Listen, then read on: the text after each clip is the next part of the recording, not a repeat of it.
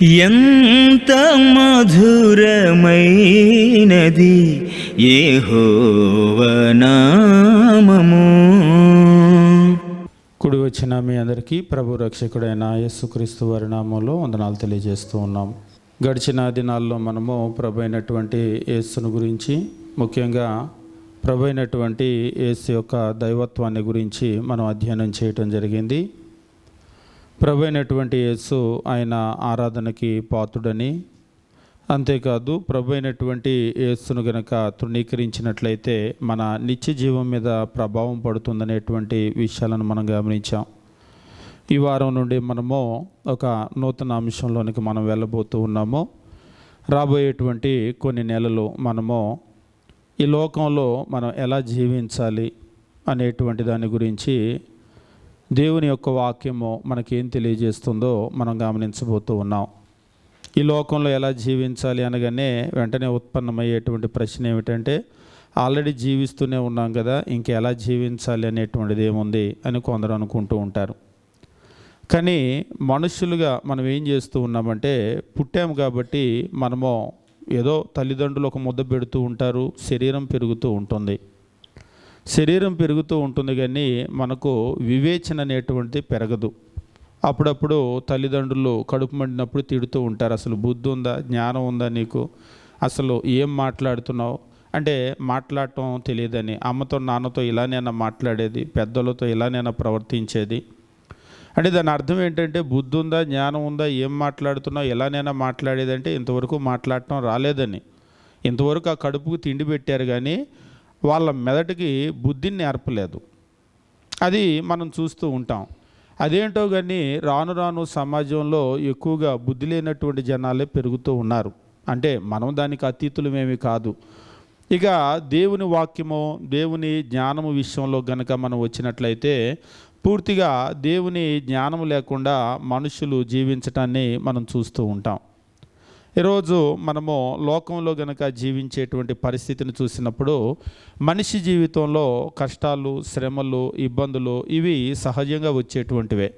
నా జీవితంలో కష్టాలు లేవు అనేటువంటి వాళ్ళు చేతులు ఎత్తండి అంటే దాదాపు ఎన్ని చేతులు లేస్తాయి అని మీరు అనుకుంటున్నారు? మీ ఒక్కరి చేయ లేస్తుందా?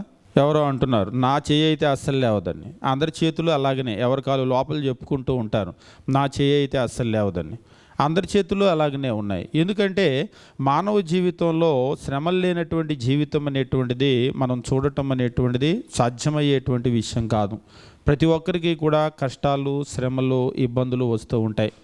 ఈరోజు మనం గమనించేటువంటి విషయం ఏమిటి అంటే, ప్రతి మనిషికి కష్టాలు వస్తూ ఉంటాయి. ఇది ఎవరికి అతీతమైనటువంటి విషయం ఏం కాదు. ప్రతి ఒక్కరికి కష్టాలు వస్తాయంటే ఇది ప్రతి ఒక్కరికి సంబంధించినటువంటి విషయము. కష్టాలు వచ్చేటప్పుడు మనము ఎలాగ జీవించాలి? ముఖ్యంగా మనిషి ఒక సామాజిక జీవి. అంటే మనిషి ఇతరులతో కలిసి మాట్లాడటము, ఇతరులతో వారి లోపల ఉన్నటువంటి విషయాలను పంచుకోవటము చేస్తూ ఉంటారు. మనుషులుగా మనం ఏం చేస్తూ ఉంటామంటే మన కష్ట సుఖాలు కూడా పంచుకుంటూ ఉంటాం. ఇది ఆశ్చర్యమేం కాదు. అదేంటండి మీరేదో వింతగా చెప్తూ ఉన్నారు, అసలు ఇంతవరకు నాకు వచ్చిన కష్టం నేను ఎవరితో చెప్పుకోలేదు, అసలు దేవునికి నాకు తప్ప నా లోపల విషయాలు ఎవరికి తెలియదు అనేవాళ్ళు ఎవరైనా ఉంటారా? అసలు మనమే చెప్తూ ఉంటాం, నా గోడ ఎల్లబోసుకుందామంటే ఎవరు వినేవాళ్ళు లేరండి అని అంటూ ఉంటాం. అంటే మనం ఎవరో ఒకరితో చెప్పుకోవాలి అని అనుకుంటూ ఉంటాం మనుషులుగా మనం. అయితే మీకు ఒక విషయం తెలుసా? మన కష్టాలు వచ్చినప్పుడు మన మనుషులతో చెప్పటం అనేటువంటిది చాలా సందర్భాల్లో, ఈ మాట బాగా గుర్తుపెట్టుకోండి, చాలా సందర్భాల్లో చాలా ప్రమాదకరం. అని దాని అర్థం ఏంటి? మాకు వచ్చే కష్టాలు మేము ఎవరితో చెప్పుకోకుండా మా లోపలే ఉంచుకోవాలని మీరు అంటున్నారా అంటే ఖచ్చితంగా. అట్లాగని ఎవరితో చెప్పుకోకూడదని కాదు. కొన్ని సందర్భాలలో అంటే మనకు వచ్చేటువంటి కష్టాలు, ఇబ్బందులు చాలా సెలెక్టివ్గా, అంటే మనము ఎవరైతే దానికి అనుగుణమైనటువంటి వ్యక్తులు ఉంటారో వారిని ఎంపిక చేసుకొని మాత్రమే మనము వాటిని పంచుకోవలసినటువంటి అవసరం ఉంది. ఇవాళ రేపు అదేంటో తెలియదు కానీ ప్రతి మనిషి వాళ్ళ లోపల ఉన్నటువంటి విషయాలు అందరితో చెప్పేస్తూ ఉంటారు. కొన్ని సందర్భాల్లో అది ఎంత హాని కలిగిస్తుంది అనేటువంటి విషయాలను కూడా మనం అధ్యయనం చేయబోతాం. కాబట్టి మనిషిగా కష్టాలు అనేటువంటివి ప్రతి ఒక్కరికి కూడా వస్తూ ఉంటాయి. కష్టాలు రానటువంటి మనుషులు ఎవరు కూడా ఈ లోకంలో ఉండరు. కానీ కష్టాలు వచ్చినప్పుడు మన కష్టాలు కానీ, మన ఇబ్బందులు కానీ, లేకపోతే మన లోపల ఉన్నటువంటి మానసిక వేదన కానీ, ఇవి అందరితో చెప్పటం అనేటువంటిది మంచి విషయం కానే కాదు. దానికి బైబిల్ ఏం తెలియజేస్తుంది అనేటువంటి విషయాలను మనం గమనించడానికి ప్రయత్నం చేద్దాం. యోబు గ్రంథం మనం చదివేటప్పుడు యోబు గ్రంథంలో దేవుని వాక్యం ఈ రీతిగా తెలియజేస్తూ ఉంటాడు. యోబు గ్రంథము 5వ అధ్యాయము మనం గమనించేటప్పుడు 7వ వచనము మనం గమనించినప్పుడు, నిప్పురవ్వలు పైకి ఎగురునట్లు నరులు శ్రమానుభవమునకే పుట్టుచున్నారు. నిప్పురవ్వలు పైకి ఎగరటము. ఇప్పుడు మీరు నిప్పు పెట్టారనుకోండి, నిప్పు పెడితే ఆ నిప్పురవ్వలు పైకి ఎగురుతాయా లేకపోతే కిందకు వస్తాయా? ఎప్పుడైనా నిప్పురవ్వలు ఎందుకు పైకి వెళ్తూ ఉంటాయి? ఇలా ఎందుకు సమాంతరంగా వెళ్ళవు? వాస్తవంగా గ్రావిటేషనల్, ఇప్పుడు భూమికి ఉన్నటువంటి గురుత్వాకర్షణ శక్తిని దాటుకొని పైకి వెళ్ళాలంటే వాటికి ఖచ్చితంగా కొంత శక్తి అవసరం అవుతుంది. ఎందుకని ఇలా పైకి వెళ్తూ ఉంటాయి? దాన్ని ఒకరు సింపుల్గా చెప్తూ ఉన్నారు, ఎందుకు పైకి వెళ్తున్నాయి అంటే అది వాటి స్వభావం అని. సరే, అలా తేలిగ్గా తీసుకుందాం, కానీ వాటి వెనకాల కూడా కారణం ఉంటుంది. సరే, నిప్పురవ్వలు పైకి ఎగరటం అనేటువంటిది వాటి స్వభావం. ఇక్కడ ఏమంటున్నాడంటే, నిప్పురవ్వలు పైకి ఎగురునట్లు నరులు శ్రమానుభవమునకే పుట్టుచున్నారు. నిప్పురవ్వలు పైకి ఎగరటం అనేటువంటిది ఎంత సహజమో, నరులకు శ్రమలు సంభవించటం అనేటువంటిది అంత సహజం. మరొక రకంగా చెప్పాలంటే, నరులు శ్రమానుభవమునకే పుట్టుచున్నారు. శ్రమలు అనుభవించటానికే మనిషి పుడుతూ ఉన్నాడు. కాబట్టి ఈ భూమి మీద పుట్టినటువంటి ప్రతి మనిషి కూడా శ్రమలు అనుభవించటానికే పుడుతూ ఉన్నాడు. ఉదాహరణకి, ఈ శ్రమలు అనుభవించటానికి పుట్టేటువంటి మనిషికి శ్రమల్లో ఎలా డీల్ చేయాలనేటువంటిది తెలియకపోతే, కరెంటు దగ్గరికి వెళ్తున్నాం, కరెంటు దగ్గరికి వెళ్ళేటప్పుడు ఆ కరెంటును గురించి కనుక మనం తెలుసుకోకపోతే, ఇక్కడ మన బిల్డింగ్ ముందు ఒక ట్రాన్స్ఫార్మర్ ఉంది, చూస్తుంటారు మీరు, లోపలికి వచ్చేవాళ్ళు దాదాపుగా చూస్తుంటారు. గత వారము ఆ ట్రాన్స్ఫార్మరు తగిలి ఒకళ్ళు షాక్ కొట్టి దాదాపు చావు దగ్గరకు వెళ్ళిపోయారు. మనం కాదు, మన పక్కి ఇంటి వాళ్ళు. పైన బట్టలు ఆరేసుకున్నారట, పై ఫ్లోర్లో కొత్తగా వచ్చి, కొత్తగా కట్టిన బిల్డింగ్ అది. వాళ్ళకి సంబంధించినటువంటి బట్టలు అక్కడ ఆరేస్తే గాలికి ఎగిరి ఆ ట్రాన్స్ఫార్మర్ మీద పడింది. చిన్న బిడ్డ ఉన్నారట, ఆమె కూడా చాలా చిన్న వయసు, కొత్తగా పెళ్ళయిందని అన్నారు. అయితే ఆ వస్త్రం దాని మీద పడేసరికి అది తీయాలి, అక్కడ పైనుంచే తీద్దామని ఆలోచన చేసింది.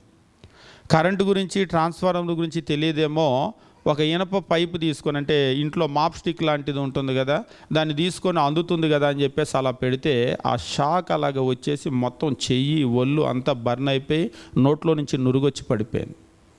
దాదాపు ఇంకా కొద్దిగుంటే చనిపోవాల్సిన పరిస్థితి. హాస్పిటల్కి తీసుకెళ్తే ఐసీయూలో పెట్టారు. దేవుడి దయ వల్ల ఇదంతా కాలిపోయింది, కానీ ఆమె బ్రతికింది. చిన్న పిల్లలు ఉన్నారు.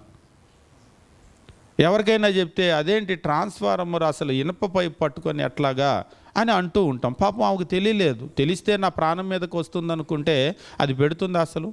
ఒకవేళ అది పెట్టాలి అని అనుకున్న మీరు ఒకవేళ కిందకి వెళ్ళేటప్పుడు చూడండి, ఇంకా అక్కడే వేలాడుతుందని అనుకుంటున్నది. నిన్న ఇల్లు కూడా ఖాళీ చేసి, హాస్పిటల్ నుంచి రాగానే ఖాళీ చేసి వెళ్ళిపోయారు. అయితే అంటూ ఉన్నారు, అటువంటి సెంటిమెంట్లు అలా జరగాలని ఉంది కాబట్టి జరిగింది అని చెప్పేసి అంటుంటే నేను చెప్పాను, అది సెంటిమెంటల్ కాదు. సెంటిమెంట్ అనేటువంటిది కాదు.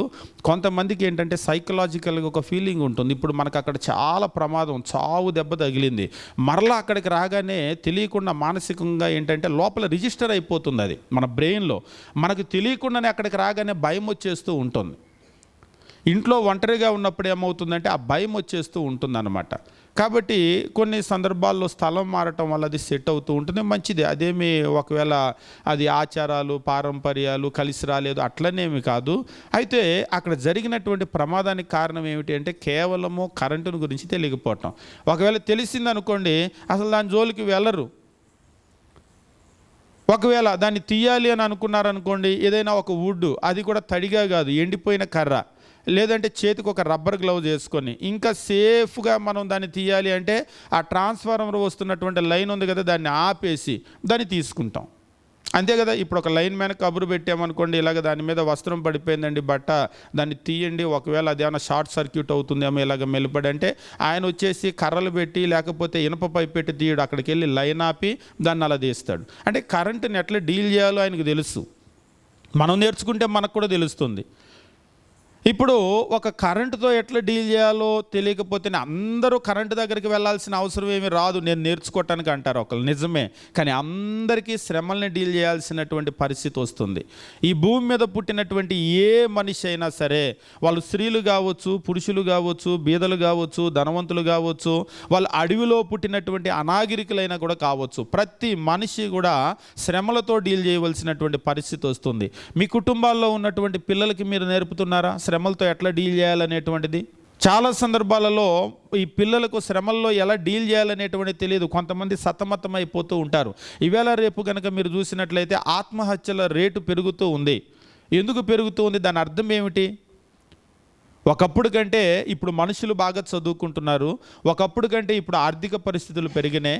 ఒకప్పుడు మట్టిలలో ఉండేవాళ్ళు ఇప్పుడు పెద్ద పెద్ద మల్టీ స్టేర్ బిల్డింగ్స్ కడుతూ ఉన్నారు. ఒకప్పుడు నడిచి తిరిగే వాళ్ళు మోటార్ సైకిళ్ళు, కార్లలో తిరుగుతున్నారు. ఒకప్పుడు మనుషులు ముక్కులకి, చెవులకి, మెడలకి ఇంత బంగారం లేదు, ఇప్పుడు బీరువాల్లో, బ్యాంకుల్లో చాలా బంగారం ఉంది. మనుషుల ఆర్థిక పరిస్థితులు బాగా పెరిగినాయి వాళ్ళ స్థితిగతులు. అయినప్పటికీ కూడా ఒకప్పుడుతో పోలిస్తే ఇప్పుడు మనుషులు శ్రమలతో ఎలా డీల్ చేయాలనేటువంటి విషయాలను నేర్చుకోవటంలో చాలా వెనకబడుతూ ఉన్నారు. వాటిని నేర్పటం లేదు. చక్కగా ఇంగ్లీష్ మీడియంలు నేర్పుతున్నారు, కాన్వెంట్ చదువులు నేర్పుతున్నారు, కానీ మనుషులు శ్రమలతో ఎలా డీల్ చేయాలి అనేటువంటిది ఈ రోజు నేర్పటం లేదు. అంటే ఆ రోజుల్లో కూర్చోబెట్టి నేర్పేవాళ్ళు, అంటే కూర్చోబెట్టి నేర్పేవాళ్ళు కాదు, తల్లిదండ్రులు పిల్లల్ని తమతో తీసుకొని వెళ్ళిపోయేవాళ్ళు. ఉదయం లేస్తే రాత్రి వరకు పిల్లలు తల్లిదండ్రులతో గడిపేవాళ్ళు. గడిపినప్పుడు ప్రాక్టికల్గా కళ్ళతో చూసి చాలా విషయాలు నేర్చుకునేవాళ్ళు. ఈరోజు అలా కాదు. అమ్మ నాన్న ఉద్యోగానికి వెళ్ళిపోతారు, వీళ్ళు వదిలేసి ఇంట్లో వెళ్ళిపోతే స్కూల్కి వెళ్ళి వస్తారు, రాగానే ఒక రిమోట్ పట్టుకొని టీవీ పెట్టుకొనో ఒక మొబైల్ ట్యాబ్ తీసుకొని యూట్యూబ్ లేకపోతే ఇంకేదో చూస్తూ ఉంటారు. అందులో జీవితాన్ని గురించి నేర్చుకునేటువంటి విషయాలు ఎక్కడ ఉంటాయి? ఎవరైనా సరే మీరు గమనించండి, ఎప్పుడైనా సరే వాటిని చూసేటువంటి వాళ్ళు వినోదం కొరకు చూసి చక్కగా ఒక్కలే నవ్వుకుంటూ ఉంటారు, కానీ జీవితం ఏంటి అనేటువంటి దాని గురించి ఎప్పుడైనా చూస్తారా? ఒకవేళ అట్లా కనుక మీకు చూడాలని అనిపిస్తే మీరు కూడా యూట్యూబ్ ఓపెన్ చేసి అందులో హార్ట్ టచింగ్ యాడ్స్ అని చెప్పేసి ఉంటాయి.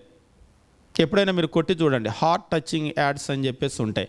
అవి ఒక ఇండియా దేశం నుంచే కాదు, ప్రపంచంలో ఉన్న చాలా దేశాల్లో నుంచి మనస్సును తాకేటువంటి కొన్ని యాడ్స్ ఉంటాయి. అంటే యాడ్స్ అంటే అవి ఏవైనా కూడా కావచ్చు, దేనికి సంబంధించినవైనా కావచ్చు. అప్పుడప్పుడు మనుషుల నిజ జీవితంలో నుంచి వాటిని తీసుకొని చేస్తూ ఉంటారు. అవి చూస్తూ ఉంటే మనకి దాన్ని చూసేటప్పుడు ఒక్కొక్కసారి కన్నీళ్ళు వస్తూ ఉంటాయి, ఒక్కొక్కసారి బాధ చాలా ఎక్కువ తీవ్రమైన దుఃఖం కలుగుతూ ఉంటుంది, ఒక్కొక్కసారి చాలా సంతోషం కలుగుతూ ఉంటుంది. అంటే మనసును తాకుతూ ఉంటాయి అన్నమాట నిజ జీవితాలు అవి. కానీ అటువంటివి చూసి ఏడవాలనుకునేటువంటి వాళ్ళు ఎక్కువ మంది ఉండరు. అసలు ఇలాంటివన్నీ పట్టుకునేదే వినోదం కొరకు కదా. కాబట్టి నేడున్నటువంటి ప్రపంచంలో ఏమిటి అంటే మన పిల్లలకు కష్టాలు ఎలా డీల్ చేయాలనేటువంటిది మనం నేర్పలేకపోతున్నాం. ఒకళ్ళు అంటున్నారు, అసలు వాళ్ళకి నేర్పడానికి మాకు వస్తే కదా అని. మాకే రావటం లేదు, మేమే తల కిందకి కాళ్ళు పైకి పెడుతున్నామని. నిజంగానే ఈవేళ మీరు చాలామంది పరిస్థితి ఉద్యోగాలలో ఉన్నటువంటి ఒత్తిడి తట్టుకోలేక మానసికంగా ఆరోగ్యం పాడైపోతుంది. మీరు నమ్ముతారా? ఆరోగ్యం పాడవటానికి ప్రధానమైన కారణాలు ఏమిటంటే వాళ్ళకు ఉన్నటువంటి ఒత్తిడి. నాకు గత వారం కూడా ఒక సహోదరులు ఫోన్ చేసి పై అధికారి ఏదో ఒక మాట అన్నారట. మాట అంటే రాత్రి 11:30 దాకా కూర్చొని ఏంటిలా అన్నాడు, సర్వీసులు ఎవరితో మాట పడలేదే అని బాధపడుతూ ఉన్నారట. ఇంట్లో భార్య పిల్లలు కూడా ఏంటన్నా అలా ఉన్నావు, ఏంటండి అలా ఉన్నారని వాళ్ళు నిద్రపోలేదట. సరే ఏం లేదులే బాగానే ఉందిలే పడుకోండి అంటే 11:30కి వాళ్ళు పడుకుంటే ఈయన కూడా పడుకొని మళ్ళా నిద్ర పట్టక లేచి కూర్చున్నాడట. తెల్లారి 2:30 దాకా ఆలోచన చేశాడట, ఏంటి ఇలాగా అన్నాడు, ఇంత మాట అనేసాడని. పొద్దున్నే నాకు ఫోన్ చేసి రాత్రి అంతా ఇలా కూర్చున్నానండి, మనసు చాలా బాధగా ఉంది, మీతో చెప్దామని చేశానని చెప్పేసి అన్నారు. ఏం జరిగిందంటే ఇలా అన్నారు. అసలు నాకు చెవులు లేవు అనుకోండి అన్నాను. అంతే. ఆయన ఏమన్నాడు కాదు, ఆయన ఏం అనలేదు, మీకేం వినపడలేదు, అంతే. మళ్ళీ ప్రశాంతంగా ఆఫీస్కి వెళ్ళండి, ఆయన మొహం చూడండి. నిన్న ఆయన ఏదో అన్నట్టు ఆయన మొహం పెడతాడు, అసలు నాకేం వినపడలేదు అంటే మీరు మొహం పెట్టండి, అంతే. కొన్ని సందర్భాల్లో ఏంటంటే ఆలోచించవలసిన వాటినేమో ఎక్కువ ఆలోచన చేయము, అస్సలు ఆలోచన చేయకూడనటువంటి వాటిని ఎక్కువ ఆలోచన చేస్తూ ఉంటాం. మీరు చాలామంది మనుషుల పరిస్థితి చూసినప్పుడు నిజంగా వాళ్ళ ఆరోగ్యం పాడవటానికి ప్రధానమైనటువంటి కారణం ఏమిటి అంటే ఇటువంటి వాటిని చాలా ఎక్కువగా ఆలోచన చేస్తూ ఉంటారు. ఆయన అడిగితే ఆయన అవును అంతకుముందు మీ ఆఫీసర్ బాగానే ఉండేవాడు కదంటే ఈయన డిప్యుటేషన్ మీద వచ్చాడండి అంటున్నాడు. డిప్యుటేషన్ మీద వచ్చిన మనిషిని ఇంత ఆలోచన చేస్తున్నారు ఏంటంటే నెల 2 నెలలుగా పోతాడు ఆయన, అంతే, నాకేమీ వినపడలేదు అన్నట్టు ఉండండి అంతే. మనుషులు కొన్ని సందర్భాల్లో అంటే ఆయన అంటున్నాడు మీరు తేలిగ్గా తీసుకున్నంత మేము తీసుకోలేమని. మీకు తెలుసా సేవకులు ఎక్కువ కాలం బ్రతుకుతూ ఉంటారు. వాళ్ళు ఎక్కువ కాలం బ్రతకడానికి కలిగిన కారణం ఏంటో తెలుసా? మీరు చూడండి, పాస్టర్లని సేవకుల్ని దాదాపుగా 60, 70, 80 క్రాస్ అవుతూ ఉంటారు. ప్రధానమైన కారణం ఏంటంటే మాకు చాలా తలపోట్లు ప్రతి ఒక్కరితో తలపోటు ఉంటుంది. ఇప్పుడు చాలామందితో చాలా విషయాలు మాకు ఉంటాయి, ఇవన్నీ పట్టించుకుంటే మీకంటే ముందు చచ్చిపోవాలి మేము. కానీ మేమేం చేస్తామంటే అసలు ఏమి పట్టించుకోం. ఇదంతా కూడా ఏం చేయగలుగుతాం మేము? క్రీస్తు ప్రభు అంటాడు, ఎవడు తాను చింతించటం వలన తన ఎత్తు మూరడు ఎక్కువ చేసుకోగలడు. మనమే మూర పెరగం కదా. మనం చేయలేని విషయాల గురించి మనం ఎందుకు చింతించటం? జస్ట్ వదిలేసేయటం, దేవుడు చూసుకుంటాడు అంతే. కాబట్టి ఈరోజు మనం చేయవలసింది ఏమిటి అంటే నేడున్నటువంటి ప్రపంచంలో కష్టాలు, శ్రమలు, ఇబ్బందులు ఎవరికి కొత్త కాదు. కానీ వీటిని ఎట్లా డీల్ చేయాలనేటువంటిది ప్రపంచమో నేర్చుకోలేదు. ముఖ్యంగా ఈ ప్రపంచానికి ఈ ఆర్ట్ తెలియదు. ఇంకా చెప్పాలి అంటే ఇది ఒకవేళ ఎవరైనా తెలుసుకోవాలని ప్రయత్నం చేసినా ఇది ప్రపంచానికి తెలిసిన విషయం కాదు. ఎందుకు ప్రపంచానికి తెలియదు అంటే మనుషులను పుట్టించినటువంటి దేవుడు ఉన్నాడు కదా, దేవునికి మాత్రమే తెలుసు. ఈ లోకంలో ప్రతి మనిషికి కూడా కష్టాలు వస్తాయి. వాళ్ళకు ఎలాంటి మనసుని ఇచ్చాడో, ఎలాంటి హృదయాన్ని ఇచ్చాడో, దాని యొక్క రియాక్షన్, దాని ప్రతిస్పందన ఎట్లా ఉంటుందో అది దేవునికి తెలుసు. అంతేకాదు, ఇప్పుడు ఒక ఫోన్ తయారు చేసినటువంటి కంపెనీనో ఉందనుకోండి, అప్పుడప్పుడు మీకు సాఫ్ట్వేర్ అప్డేట్ చేస్తూ ఉంటారు. కొత్త సాఫ్ట్వేర్ వచ్చినప్పుడు మళ్ళీ ఏవైనా బగ్స్ వచ్చినాయి అనుకోండి, వాటిని ఏం చేస్తారంటే మరలా కొత్త అప్డేట్లో ఫిక్స్ చేస్తూ ఉంటారు. అంటే ఒక సమస్య వచ్చినప్పుడు దాన్ని ఎట్లా ఫిక్స్ చేయాలనేటువంటి దాన్ని మ్యానుఫ్యాక్చరర్కి ఖచ్చితంగా తెలుసు. అది మీరు నమ్మాలి. అంతే కదా. మనల్ని చేసినటువంటి దేవుడు మ్యానుఫ్యాక్చరర్ కూడా మన లోపల వచ్చేటువంటి వాటిని ఎట్లా ఫిక్స్ చేయాలో ఆయనకు తెలుసు. అందుకనే మన మనస్సు ఏంటి, మన హృదయం ఏంటి, నేను ఇలాంటి బాధలో ఉన్నప్పుడు దీన్ని ఎట్లా బాగు చేసుకోవాలంటే ఎవరినో అడగటం కంటే కూడా దేవుని దగ్గరికి వెళ్ళటం అనేటువంటిది శ్రేష్టమైనటువంటి విషయం. కానీ మనుషులు ఏం చేస్తూ ఉంటారంటే దేవుని దగ్గరికి వెళ్ళకుండా వాళ్ళ కష్టాలు వచ్చినాయి కదా అని చెప్పేసి పక్కన ఎవరు దొరుకుతారా నా గోడు ఎలా బుచ్చుకోవటానికి అని చూస్తూ ఉంటారు. ఎవరో దొరుకుతారు, దొరికేసరికి ఏం చేస్తూ ఉంటారంటే వాళ్ళతో ఆ గోడును చెప్తూ ఉంటారు. అంటే వాళ్ళకున్న సమస్య చెప్తూ ఉంటారు. ఈ సమస్య చెప్పినప్పుడు మనుషులు రకరకాలుగా స్పందిస్తూ ఉంటారు. మొట్టమొదటిది ఏంటంటే మన కష్టం ఏదైనా చెప్పాము అంటే దాన్ని అక్కడి నుంచి వాళ్ళు ప్రచారం చేయటం మొదలు పెడతారు. గాసిప్స్ అని అంటూ ఉంటారు కదా. నీకు తెలుసా వాళ్ళ ఇంట్లో అలాగంట, వాళ్ళ అబ్బాయి మాట వింటలేదంట, లేకపోతే వాళ్ళ ఆయన అలా అంట, కొట్టాడంట, తిట్టాడంట, ఇంట్లో గొడవైందంట, ఆర్థిక పరిస్థితులు ఏం బాగలేదంట, అప్పుల పాలు అయిపోయారంట, ఇంకేముంది అయిపోయింది వాళ్ళ పరిస్థితి. ఇలాగ ఏం చేస్తూ ఉంటారంటే అంటే నమ్మి ఎవరికైనా ఒక విషయం చెప్తే దాన్ని మనుషులు అలాగా తీసుకొని వెళ్ళిపోతూ ఉంటారు. మీరు లోకంలో కనుక గమనించినప్పుడు మీరు చెప్పేదంతా మాకు ఇంతవరకు ఎప్పుడు ఎదురవ్వలేదండి అనుకుంటున్నారా మీరు? మేము మనుషులతో చెప్పాం కానీ మీరు చెప్పిన ఎక్స్పీరియన్స్ మాకు లేనే లేదు, చక్కగా కడుపులో పెట్టుకుంటారు ఎవరికి చెప్పినాను అనుకుంటున్నారేమో. మీకు తెలియదు వాళ్ళు చెప్పినట్టు కూడా, ఊరంతా తెలిసిపోతుంది, నీకెట్లా తెలిసింది అని అంటారు. ఎట్లా తెలిసిందంటే ఈ చెప్పేవాళ్ళు కూడా ఎలాంటి వాళ్ళు అంటే ఎవరికి చెప్పబాకు అని అంటూ ఉంటారు. ఈయన వెళ్ళి మళ్ళీ ఇంకొకరికి చెప్పి ఎవరికి చెప్పబాకు అని అంటూ ఉంటారు. నేను ఇలాగనే ఎవరో ఒకరు ఒక విషయం చెప్పారంటే ఎవరికి చెప్పొద్దన్నారంట. ఎవరికి చెప్పొద్దన్న విషయం అంతా ఆయన నాకు చెప్పి సార్ ఎవరికి చెప్పొద్దన్నాడు, మీరు ఎవరికి చెప్పకండి అంటున్నాడు. నేను అడిగాను ఎవరికి చెప్పొద్దంటే మరి నాకు చెప్పేశారు అంటే మీకు చెప్పానులే కానీ మీరు ఎవరికి చెప్పకండి అంటున్నాడు. నేను చెప్పాను నేను మీ బోటోడిని అనుకోండి, నేను కూడా అంతా చెప్పి ఎవరికి చెప్పబాకంటే అప్పుడు ఈ విషయం ఎక్కడి దాకా వెళ్తుంది? అంటే మనుషులు ఎట్లా ఉంటారంటే కొంతమందికి కడుపు ఉబ్బరం లోపల పెట్టుకోలేరు, ఏది అది చెప్పకూడదని అనుకుంటారు. చెప్పకూడదు అనుకొని అటు చూసి ఇటు చూసి నీకు ఈ విషయం తెలుసా అంటారు. మళ్ళీ వద్దులే అని అంటారు. వద్దులే కాదులే చెప్పులే అంటారు. చెప్పులే అంటే 2-3 సార్లు అన్నారు అనుకోండి, అప్పటికి నేను చెప్పనన్నానండి, వాళ్ళే చెప్పు అంటే చెప్పానని అంటారు. కానీ కొందరికి కనుక ఏదైనా విషయం చెప్తే అసలు వాళ్ళ లోపల నుంచి ఆ విషయం బయటికి రాదు. అసలు వాళ్ళకి ఆ విషయం తెలుసా అన్నట్టు ఉంటారు. నేను కొన్నిసార్లు కొంతమంది విషయం చెప్తూ ఉంటారు, అంతా వింటూ ఉంటాను. అంతా విన్న తర్వాత మీకు ముందే అంటే మన మొహాన్ని చూస్తే అర్థమవుతుంది కదా, ఫ్రెష్ ఫీలింగ్స్ పెట్టకపోయేసరికి ఏంటి ఈ విషయం ముందే తెలుసా అంటే తెలుసా అంటాను. అదేంటి మరి తెలిస్తే మరి చెప్పలేదంటే ఎందుకు చెప్పాలి? అంటే మనకు తెలిసిన విషయాలన్నీ చెప్పాల్సిన అవసరం లేదే. కాబట్టి మనకి చాలా విషయాలు తెలిసి ఉండవచ్చు. నాకు ఇన్ని విషయాలు తెలిసినాయి, వాళ్ళ గురించి తెలుసు, వీళ్ళ గురించి తెలుసు అని ఎవరి గురించి మనం చెప్పాల్సిన అవసరం ఏమీ లేదు. అది లోపల ఉంటుంది అంతే. ఒకవేళ దానిలో మనం ఏదన్నా చేయగలిగింది ఉంటే దానికి స్పందిస్తాం. ఏమీ చేసేది లేదనుకోండి, ప్రార్థన చేసేటువంటి విషయం చాలామంది చాలా విషయాలు చెప్తారు, అవన్నీ బయటికి చెప్పాల్సినటువంటి అవసరం లేదు. ప్రధానమైనటువంటి విషయం ఏమిటంటే మనుషులు వాళ్ళకి ఏదైనా ఒక విషయం తెలిసినట్లయితే దాన్ని ఏం చేస్తూ ఉంటారంటే దుష్ప్రచారం ఎక్కువగా చేస్తూ ఉంటారు. మీరు లోకంలో దీన్ని ఎక్కువగా చూస్తూ ఉంటారు. అంతేకాదు దుష్ప్రచారం చేయటం మాత్రమే కాకుండా వాళ్ళు ఏం చేస్తూ ఉంటారంటే మనల్ని తీర్పు తీరుస్తూ ఉంటారు. నువ్వు అలా చేసావు, అందుకే నీకు ఇలా జరిగింది, బాగా జరిగిందిలే అని అంటూ ఉంటారు. మనకేదో వాళ్ళకి చెప్పటం వల్ల కొంత ఉపశమనం కలుగుతుంది కదా అని అనుకుంటే ఉపశమనం కలగకపోగా వాళ్ళు ఏం చేస్తూ ఉంటారంటే మనల్ని నిందిస్తూ ఉంటారు.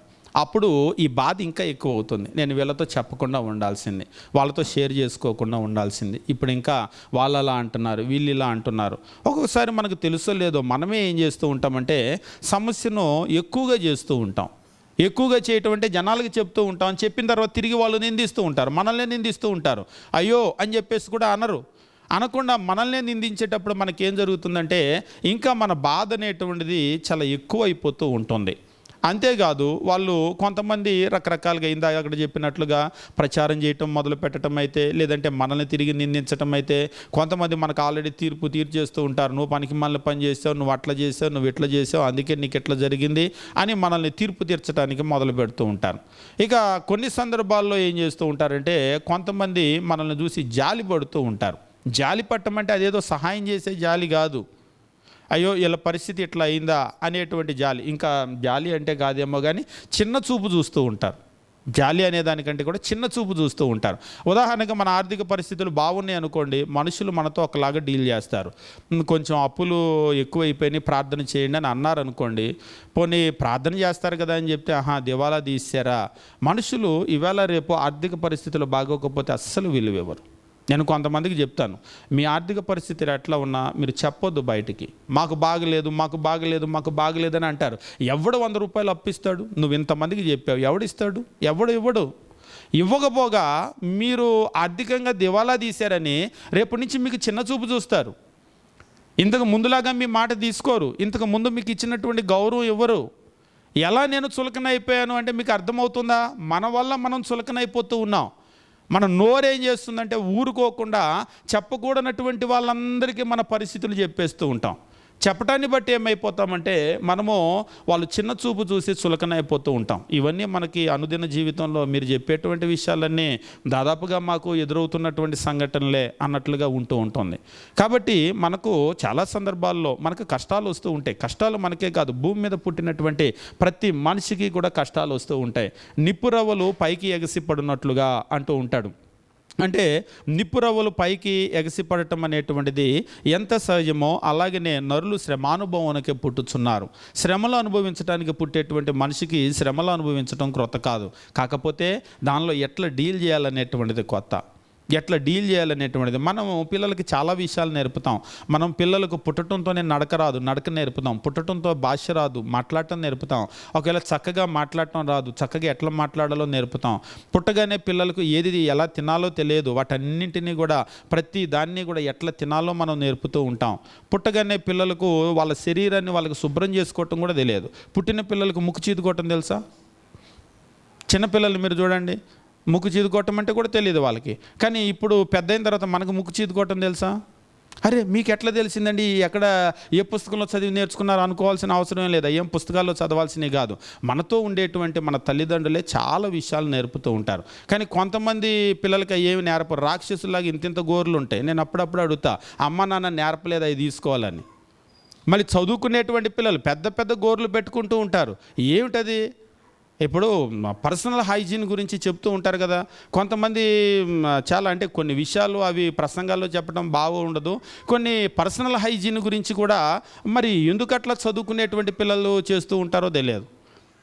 ఇవన్నీ కూడా ఏంటంటే మనకు సాధారణంగా తల్లిదండ్రులు చెప్తూ ఉంటారు, మనం ముఖం ఎలా శుభ్రం చేసుకోవాలి, కళ్ళు ఏంటి, పళ్ళు ఏంటి, గోర్లు ఏంటి, లేకపోతే ఇదంతా చెప్తూ ఉంటారు. ఏ ఆహార పదార్థాలు ఎట్లా తినాలి, ఏ వస్త్రాలు ఎట్లా ధరించుకోవాలి. పుట్టడంతో ఎవరికి చీరలు కట్టుకోవటం రాదు, ప్యాంట్లు తొడుక్కోవటం రాదు, ఈవేళ కూడా పంచి కట్టుకోవటం చాలామందికి రాదు.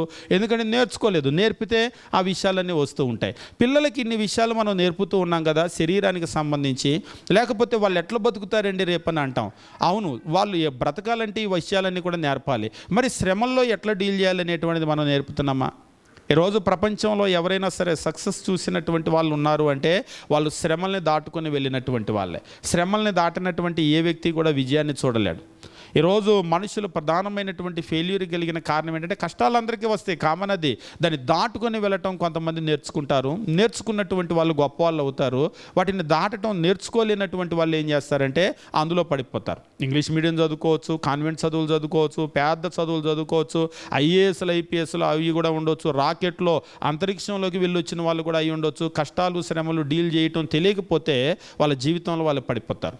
కాబట్టి ప్రతి మనిషికి కష్టాలు వచ్చేటప్పుడు వాటిని మనం ఎట్లా డీల్ చేయాలనేటువంటిది నేర్చుకోవాలి. అందరికీ మనం చెప్పకూడదా అని చెప్పేసి అంటే అందరికీ మనం చెప్పకూడదు. ఏమిటి అందరికీ మనం చెప్పడం వల్ల ప్రధానమైన సమస్య అంటే అందరికీ చెప్పడం వల్ల కష్టం తగ్గుతుందని మనం ఎక్స్పెక్ట్ చేస్తూ ఉంటాం. కానీ ఎక్కువ సందర్భాల్లో కష్టం తగ్గకపోగా కష్టం పెరుగుతుంది. ఎందుకంటే మనుషులందరూ మనం అనుకునేంత ఎదురు చూసేంత ఆత్మీయత కలిగినటువంటి వాళ్ళు కాదు. మీరు నమ్ముతారో నమ్మరో కానీ ప్రార్థనకు వచ్చేటువంటి వాళ్ళలో కూడా ఆత్మీయంగా ఉన్నటువంటి వ్యక్తులు ఉంటారు. గాసిప్స్ ప్రచారం చేసే వాళ్ళు ఉంటారు. ప్రార్థనకు వచ్చే వాళ్ళు నమ్ముతారా? అసలు నమ్మరా? ఊరుకోండి, ప్రార్థనకు వచ్చేవాళ్ళు అట్లా ఉంటారు అని అంటారా? ఎవరికి చెప్పిన విషయం వాళ్ళే కడుపులో పెట్టుకుంటారు, ఎవరికి చెప్పరు. పక్కన వాళ్ళకి నేను నమ్మనని అంటారా? చాలామంది ఉంటారు. ఇందాకడే చెప్పాను కదా సార్, ఎవరికి చెప్పకండి అని చెప్పేసి అని నాతో చెప్పాడు. నేను అన్నాను, నాతోనే ఫస్ట్ చెప్పారా, ఇంతకుముందే చాలామందికి చెప్పారా అని అడిగాను. లేదులేండి మీతోనే అంటున్నారు. ఇలాగనే నాతో చెప్పి ఎవరికి చెప్పొద్దు అని 100 మందికి చెప్పుంటారేమో. ఎందుకంటే కొంతమంది మనుషుల స్వభావం అట్లనే ఉంటుంది. కానీ మనము మన విషయాలు అనేటువంటివి ఇతరులకు చెప్పటం వల్ల చాలా సమస్య అనేటువంటిది వస్తుంది. ఎట్లాంటి సమస్య వస్తుంది అని చెప్పేసి అనుకోవచ్చు. మనుషులు ఇందాక నేను చెప్పాను, మనుషులు ఏం చేస్తూ ఉంటారంటే దాన్ని తప్పుగా ప్రచారం చేస్తూ ఉంటారు. అంటే రూమర్స్, గాసిప్స్ అని అంటూ ఉంటారు కదా. ఉదాహరణకు సంసోను జీవితాన్ని కనుక మీరు తీసుకున్నట్లయితే సంసోను జీవితం అనేటువంటిది మనకి ఏమి నేర్పిస్తూ ఉంటుంది? సంసోను మహాబలాఢ్యుడైనటువంటి ఒక వ్యక్తి. ఆయన బలానికి కారణం ఏంటో తెలియదు ఫిలిస్తీన్లని మామూలుగా కాదు, మన భాషలో చెప్పాలంటే పిచ్చి కొడుతూ ఉన్నాడు అనమాట ఆయన ఫిలిస్తీన్లని. ఒక్క మనిషిని అంత బలాఢ్యులైనటువంటి ఫిలిస్తీన్లు ఎదుర్కోలేకపోతూ ఉన్నారు. ఏంట్రా బాబు ఈయన శక్తి, ఈయన బలం ఏంటి, అసలు ఈయన ఏంటి మనిషి అని చెప్పేసి. కానీ ఆయన బలానికి కలిగినటువంటి రహస్యము తెలియదు, ఎవరికి తెలియదు. అది ఆ రహస్యాన్ని తెలుసుకోవటానికి ఎట్లయినా సరే ఒక స్త్రీని దాని కొరకు ఆ పనికి పెట్టారు. మనందరికీ కూడా పిల్లలకు కూడా బాగా తెలుసు, దెలీలా అనేటువంటి ఆ స్త్రీ. ఆమె ఏం చేసింది? వాస్తవంగా ఆ రహస్యము అడిగి అప్పటికి కూడా ఆయన చెప్పలేదు. కానీ అది ఆయన ప్రాణానికి సంబంధించినటువంటి రహస్యం. ఆమె ప్రేమించినట్లుగా నటించింది, అయితే నిజం ప్రేమ కాదు. ఇక్కడ నేను చెప్పాలనుకునేటువంటి ఒక ముఖ్యమైన విషయం ఏమిటంటే దెలీలా ఎలాగైతే నటించిందో మీరు నమ్ముతారా? మన చుట్టూ నటించే చాలామంది దెలీలాలు ఉన్నారు. మగ దెలీలాలు కూడా ఉంటారు.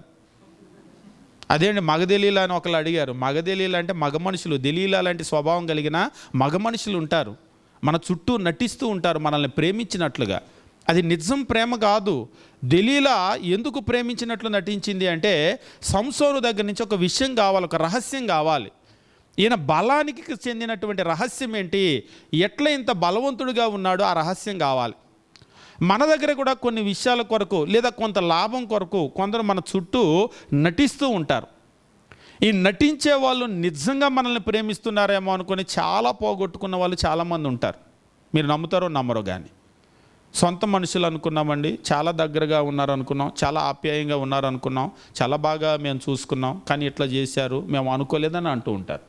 ఒక మాటలో చెప్పాలంటే చేతులు గాలేక ఆకులు పట్టుకోవటం, అంతా అయిపోయింది. ఇంక ఇప్పుడు మీరేం చేయలేరు. దెలీలా అడిగింది. మనము న్యాయాధిపతుల గ్రంథం 16వ అధ్యాయం చదివేటప్పుడు దేవుని వాక్యం ఈ రీతిగా తెలియజేస్తూ ఉంటాడు. నిజంగా ఆ రోజుల్లో ఫిలిస్తీన్లు ఇజ్రాయేలును చాలా తీవ్రంగా బాధిస్తున్నటువంటి సమయంలో దేవుడు వాళ్ళ బాధను జ్ఞాపకం చేసుకొని ఒక గొప్ప న్యాయాధిపతిని ఇచ్చాడు. నిజంగా ఫిలిస్తీన్లు చాలా బలాఢ్యులు. ఇక ఫిలిస్తీన్లు అంటే మీకు వెంటనే గుర్తొచ్చే ఒక పేరు ఏంటంటే మీకు గొలియాత్, అంతే కదా. ఫిలిస్తీన్లు అనగానే 6 మూరల జానుడు ఉండేటువంటి గొలియాత్ గుర్తుకొస్తూ ఉంటాడు. వాస్తవంగా ఈ ఫిలిస్తీన్లను కనుక మీరు చూసినట్లయితే బలాఢ్యులైనటువంటి మనుషులు శారీరకంగా. ఈ బలాఢ్యులైనటువంటి మనుషులు ఇజ్రాయేలీల్ని చాలా సందర్భాల్లో వేధించారు. పర్టికులర్గా ఈ న్యాయాధిపతుల గ్రంథం 16వ అధ్యాయం చదివేటప్పుడు చాలా తీవ్రంగా వేధిస్తున్నటువంటి కాలంలో అంత బలాఢ్యులైనటువంటి వ్యక్తుల్ని ఎదుర్కోవాలి అంటే అంతకు మించినటువంటి బలాఢ్యుడు కావాలి, అంతే కదా. వాళ్ళని వాళ్ళ చేతిలో నుంచి విడిపించాలి అంటే అంతకు మించినటువంటి బలాఢ్యుడు కావాలి. దేవుడు కూడా వీళ్ళని జ్ఞాపకం చేసుకున్నాడు. వీళ్ళని జ్ఞాపకం చేసుకొని మహాబలాఢ్యుడైనటువంటి ఒక వ్యక్తిని పుట్టించాడు. అప్పుడప్పుడు మనం చూస్తూ ఉంటాం, పుట్టడానికి ముందుగానే సంసోను యొక్క తల్లిదండ్రులకు వచ్చి కొన్ని ఇన్స్ట్రక్షన్స్ ఇస్తూ ఉంటాడు 13వ అధ్యాయంలో. వాళ్ళు కూడా తల్లిదండ్రులు చాలా భక్తిపరులైనటువంటి తల్లిదండ్రులు. నిజంగా ఆయన మనోహ పరిగెత్తుకొని వచ్చి, అయ్యా ఆ పుట్టబోయే బిడ్డకు మేము ఏమేం చేయాలో ఎలా పెంచాలో మాకు నేర్పించు అని అడిగి మరీ దైవజనుడి దగ్గర నేర్చుకొని దాన్ని పాటించినటువంటి గొప్ప తల్లిదండ్రులు. అప్పుడప్పుడు నేను చెప్తూ ఉంటాను, ఇలాంటి గొప్ప తల్లిదండ్రులు ఇప్పుడు మనకు లేరు. ప్రార్థనకు వచ్చి కూర్చొని వెళ్ళే తల్లిదండ్రులే ఉన్నారు, కానీ మాకు నేర్పించండి అని అడిగే తల్లిదండ్రులు లేరు. పోనీ నేర్పించండి అనకపోయినా మేము నేర్పుతూ ఉంటాం, నేర్పితే కూడా నేర్చుకునేటువంటి తల్లిదండ్రులు లేరు. ఒకళ్ళు అంటున్నారు, ఆయన పాస్టర్ గారు రండి, ఆయన బాధ్యత చెప్పటం, ఆయన అంతే చెప్తాడు ప్రసంగం అంటున్నాడు. మరి మీ బాధ్యత ఏంటి? వచ్చి కూర్చోవటం మా బాధ్యత అంట, చెప్పటమేమో మా బాధ్యత అంట, ఆదివారం వచ్చి కూర్చోవటం వాళ్ళ బాధ్యత అంట, అయిపోగానే ఆమెనని వెళ్ళిపోవటం అందరి బాధ్యత, అంతేగా. ఇక ఆ తర్వాత ఏమీ ఉండదు. అంటే కొంతమంది ఏం చేస్తున్నారంటే దేవుని వాక్యాన్ని చాలా అల్పంగా ఎంచుతూ ఉన్నారు. నిజంగా ఇవి మన జీవితాలకు సంబంధించినటువంటి విషయాలు, వాటిని అట్లా తీసుకోవటం లేదు. కానీ మనోహ అలా కాదు, తన బిడ్డను ఎట్లా పెంచాలి అనేటువంటి విషయాలను అడిగి నేర్చుకొని అలాగే పెంచారు. నిజంగా దేవుడు దీవించాడు. ఒక బలాఢ్యుడైనటువంటి వ్యక్తిని ఇజ్రాయేలీలో పుట్టించాడు. ఇంకా చెప్పాలి అంటే ఇజ్రాయేలీల్లో అంతకు ముందు కానీ ఆ తరువాత కానీ అటువంటి బలాఢ్యుడిని ప్రపంచం చూడలేదు. ఇజ్రాయేల్ దేశం కాదు, ప్రపంచం చూడలేదు అటువంటి బలాఢ్యుడిని. అంత గొప్ప బలాఢ్యుడు ఇజ్రాయేలీల్లో పుట్టి ఫిలిస్తీన్లను చాలా తిప్పలు పడుతున్నటువంటి పరిస్థితుల్లో, శత్రువులు కదా, మరి ఏమిటి బలానికి కారణం అనేటువంటిది వాళ్ళు తెలుసుకోవాలని ఎంతో ప్రయత్నం చేశారు. ఎంత ప్రయత్నం చేసినప్పటికీ కూడా అది వాళ్ళకి వల్ల కాలేదు. న్యాయాధిపతుల గ్రంథము 16వ అధ్యాయము మనం గమనించేటప్పుడు దేవుని వాక్యము ఈ రీతిగా తెలియజేస్తూ ఉంటాడు. 16వ అధ్యాయము మనం గమనించేటప్పుడు 1వ వచనము, తరువాత సంసోను గాజాకి వెళ్ళి వేశ్యను ఒకతను చూచి ఆమె యొద్దకు చేరెను అని చెప్పేసి అంటూ ఉంటాడు. సంసోను అక్కడికి వచ్చినని గాజా వారికి తెలిసినప్పుడు వారు మాటు పెట్టి రేపు తెల్లవారిన తరువాత అతన్ని చంపుదామనుకొని పట్టణపు ద్వారమున వద్ద ఆ రాత్రి అంతా పొంచి ఉన్నారు. తెల్లారిన తర్వాత నైట్ వద్దు, ఫైటింగు, తప్పించుకొని పోతారు, తెల్లారిన తర్వాత పట్టుకుందాం అని రాత్రి అంతా కూడా అక్కడే ఉన్నారు.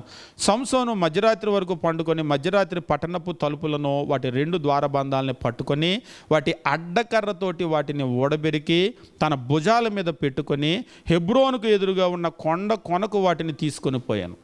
ఇందులో గొప్ప విషయం ఏంటంటే, ఇప్పుడు ఇక్కడ మీరు తలుపులు చూస్తున్నారు, ఆ తలుపులు పీకేసుకొని భుజాల మీద పెట్టుకొని వెళ్ళిపోగలరా ఒక మనిషి?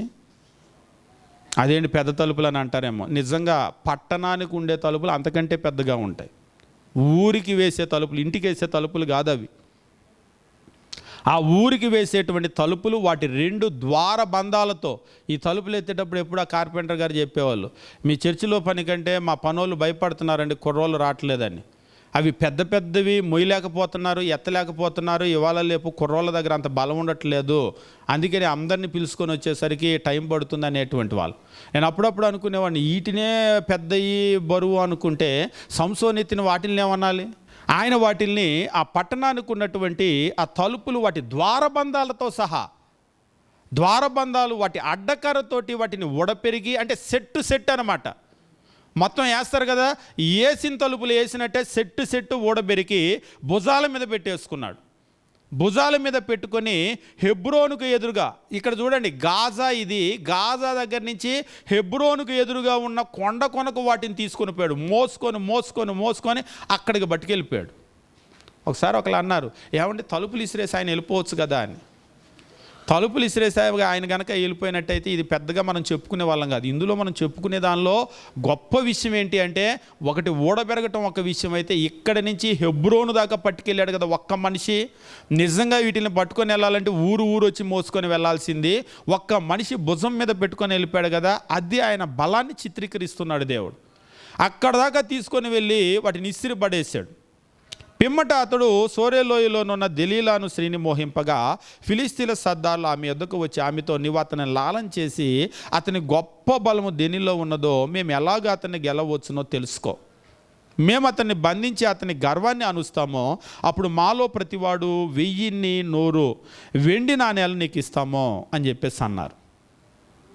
ఇప్పుడు చెప్పాను కదా, 5 సర్దార్లు ఫిలిస్తీన్లు, మనిషికి ఒక 1000 1100 మేము వెండి నాణ్యాలు ఇస్తాము, 5 ఇస్తాము. కాబట్టి ఆయన గొప్ప బలం ఎట్లా ఉందో నువ్వు తెలుసుకోవాలి. ఇక తెల్లారి నుంచి మీరు కనుక చూసినట్లయితే ఆ దెలీలా మొదలు పెడుతూ ఉంది. ఆమె నిజంగా సంసోను మీద ప్రేమతో లేదు, సంసోన్ని బంధించాలి. అతని ప్రాణం పోతుంది కదా అంటే, ప్రాణం పోయినా పర్లేదు, నాకు లాభం రావాలి. ఈరోజు గొప్ప పాఠం మనం నేర్చుకోవాల్సింది ఏంటంటే, మన చుట్టూ ఉండేటువంటి వాళ్ళు కూడా మనకి నమ్మకస్తులని ఎప్పుడు అనుకోవద్దు. ఎవరిని నమ్మొద్దు. కొన్ని సందర్భాల్లో మనుషులు వాళ్ళ నీడను కూడా నమ్మరు. కొంతమంది నమ్మాలి కదా అని అంటారు. ఎట్లా నమ్మగలం? ఎవరిని నమ్మగలుగుతాం? సంసోను దెలీలాని నమ్మాడు, ఎవ్వరికి చెప్పనటువంటి రహస్యం ఆమెకు చెప్పాడు. చివరికి ఏమైపోయింది? సంసోను యొక్క మరణాన్ని కనుక మీరు గమనించినట్లయితే ఒక అంధుడుగా, గుడ్డివాడిగా అతడు మరణిస్తాడు. ఇంకా చెప్పాలంటే ఆత్మహత్య చేసుకొని చచ్చిపోతాడు సంసోను. ఆ దుర్గతికి కలిగినటువంటి కారణం ఏమిటి అంటే, తనకు తెలిసినటువంటి తన బలం యొక్క రహస్యాన్ని బయటికి చెప్పటం. ఆ ఒక్క మాట బయటికి చెప్పినందువల్ల తన ప్రాణం తను తీసుకోవలసినటువంటి దుస్థితి ఏర్పడింది. మీరు నమ్ముతారా? మనలో ఉన్నటువంటి విషయాలు మనం అన్ని సందర్భాల్లో చెప్పకూడదు. కొన్ని ముఖ్యమైనటువంటి విషయాలు ఉంటాయి. ఆ ముఖ్యమైనటువంటి విషయాలు ఎట్టి పరిస్థితుల్లో చెప్పకూడదు. పెద్దవాళ్ళు చెప్తూ ఉండేవాళ్ళు, పెద్దవాళ్ళు అంటే మన పూర్వీకులు అంటూ ఉండేవాళ్ళు, ఆత్మలో ఉన్న మాట ఆలికి కూడా చెప్పకూడదని. అంటే మనిషి ఎంత సీక్రెట్గా అంటే అన్ని విషయాలు అందరితో షేర్ చేసుకోవటం కాదు. అంటే అట్లని మనకు బైబిల్లో వారిద్దరు ఏక శరీరం అన్నారు కదా అని అంటారు. అవును, ఏక శరీరము, కానీ కొన్ని విషయాలు అనేటువంటివి మనం బయటికి చెప్పడం వల్ల ప్రమాదం ఎక్కువగా ఉంటుంది. అది మన వ్యక్తిగత విషయాలు కావచ్చు, కుటుంబ విషయాలు కావచ్చు, ఆర్థిక విషయాలు కావచ్చు, పిల్లల విషయాలు కావచ్చు. అన్ని విషయాలు అందరికీ చెప్పకూడదు. కొంతమంది ఉంటారు, వాళ్ళ నోట్లో ఏ మాట ఆగదు, అన్నీ అందరికీ చెప్పేస్తూ ఉంటారు. దానివల్ల కుటుంబాలు చాలా దెబ్బతింటూ ఉంటాయి, జీవితాలు దెబ్బతింటూ ఉంటాయి. ఇక్కడ కూడా ప్రధానమైనటువంటి విషయం మనం గమనించినప్పుడు, సంసోను యొక్క మరణానికి ఒకసారి అన్నాడు, సంసోను ఎంత మూర్ఖుడంటే, సంసోను ప్రాణాన్ని సంసోను తీసుకోవటానికి కలిగిన కారణం సంసోను నోరు ఆగకపోవటమే. ఆ నోరు నాకు చెప్పు అంటే నోట్లో నుంచి కొంతమంది లోపల ఉన్నమాట పెదేలు దాటి బయటికి రానివ్వరు. సంసోను గనక అలా మొండిగా అక్కడ దాకే గనక పెట్టేసుకొని ఆయన చెప్పకుండా ఉంటే అసలు ఆయన ప్రాణమే పోయేది కాదు. రోజు కొన్ని సందర్భాల్లో మనం ఎందుకనో దాన్ని మెయింటైన్ చేయలేకపోతూ ఉంటాం. కొంతమంది అంటూ ఉంటారు, నేను చెప్పకూడదని అనుకుంటా కానీ నా వల్ల కాదండి చెప్పేస్తానని అంటూ ఉంటారు. ప్రాక్టీస్. మీరు దాన్ని ప్రాక్టీస్ చేయండి. మీ లోపల విషయాలను ఉంచుకోవటానికి ప్రాక్టీస్ చేయండి. అన్ని విషయాలు అందరికీ చెప్పాల్సినవి కాదు, ఏది ఎంతవరకు చెప్పాలో అంతవరకే చెప్పాలి. అన్ని విషయాలు తెలిసినట్టు ఉండాల్సిన అవసరం ఏమీ లేదు, మళ్ళీ తెలియనట్లుగానే ఉండటమే. అన్ని విషయాలు మనకు తెలిసినవి కూడా మనమేం చెప్పుకోవాల్సినటువంటి అవసరం లేదు. కాబట్టి కొన్ని సందర్భాల్లో మనము విషయాలను బయటికి చెప్పటం వల్ల చాలా ప్రమాదం ఏర్పడుతుంది అని చెప్పేసి అన్నాం కదా. ఎట్లా ప్రమాదం ఏర్పడుతుంది? దెలీలాకు వచ్చినటువంటి విషయం దెలీలా దగ్గరికి ఆగలేదు. దెలీలా దగ్గర నుంచి ఎవరి దగ్గరకు వెళ్ళకూడదో ఆ శత్రువుల దగ్గరకు వెళ్ళిపోయింది అది సమాచారం. ఈరోజు మీ ఆర్థిక పరిస్థితుల గురించి మీరు ఎవరితోనో షేర్ చేసుకుంటారు. ఈ విషయాలు ఎవరికి చేరకూడదో, ఎవరికి చేరితే మీకు అత్యంత నష్టం కలుగుతుందో వాళ్ళ దగ్గరికి వెళ్తుందన్నమాట. అప్పుడు ఏం చేయగలుగుతారు మీరు? మీ కుటుంబాన్ని గురించి ఎవరితోనో మీరు కొన్ని విషయాలు పంచుకుంటారు. ఆ విషయాలు ఎవరికి చేరకూడదో వాళ్ళ దగ్గరికి చేరుతూ ఉంటాయి. మీ పిల్లల గురించి మీరు ఏవో కొన్ని విషయాలు పంచుకుంటూ ఉంటారు. ఎవరికి చేరకూడదో ఆ విషయాలు వాళ్ళ దగ్గరికి చేరిపోతూ ఉంటాయి. అప్పుడు మీరు ఏం చేయగలుగుతారు? మీ నష్టాన్ని మరలా భర్తీ చేసుకోగలుగుతారా? సంసోను మరలా వెనక్కి వచ్చి దెలీలాకి చెప్పినటువంటి రహస్యం నాకు వెనక్కి ఇచ్చే అని తీసుకోవటం సాధ్యపడుతుందా? అప్పుడప్పుడు చెప్తూ ఉంటారు, తుపాకీలో నుంచి బయటకు వచ్చిన తోట నోట్లోంచి బయటకు వచ్చిన మాట వెనక్కి రాదని.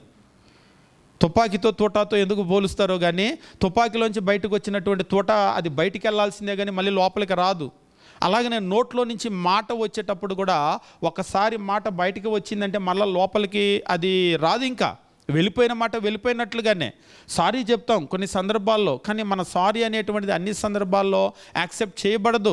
ఎందుకంటే జరగాల్సిన నష్టం జరిగిపోతుంది కదా. పోనీ ఒక్కసారి ఊహించుకోండి, సంసోన్ని వాళ్ళు బంధించేశారు, కళ్ళు పీకేసి అక్కడ వాళ్ళ దేవత దాగోను ఆలయంలో బంధించారు. అక్కడ ఆయన చేత తిరగలి అది తిప్పుతూ ఉన్నారు. ఆ తిరగలి విసురుతూ ఉన్నటువంటి ఆ సంసోన్ని తీసుకొని వచ్చిన తర్వాత, అంటే జరగలేదు కానీ ఒకసారి ఊహించుకోండి ఇట్లా జరిగితే ఎట్లా ఉండేది అనేటువంటిది.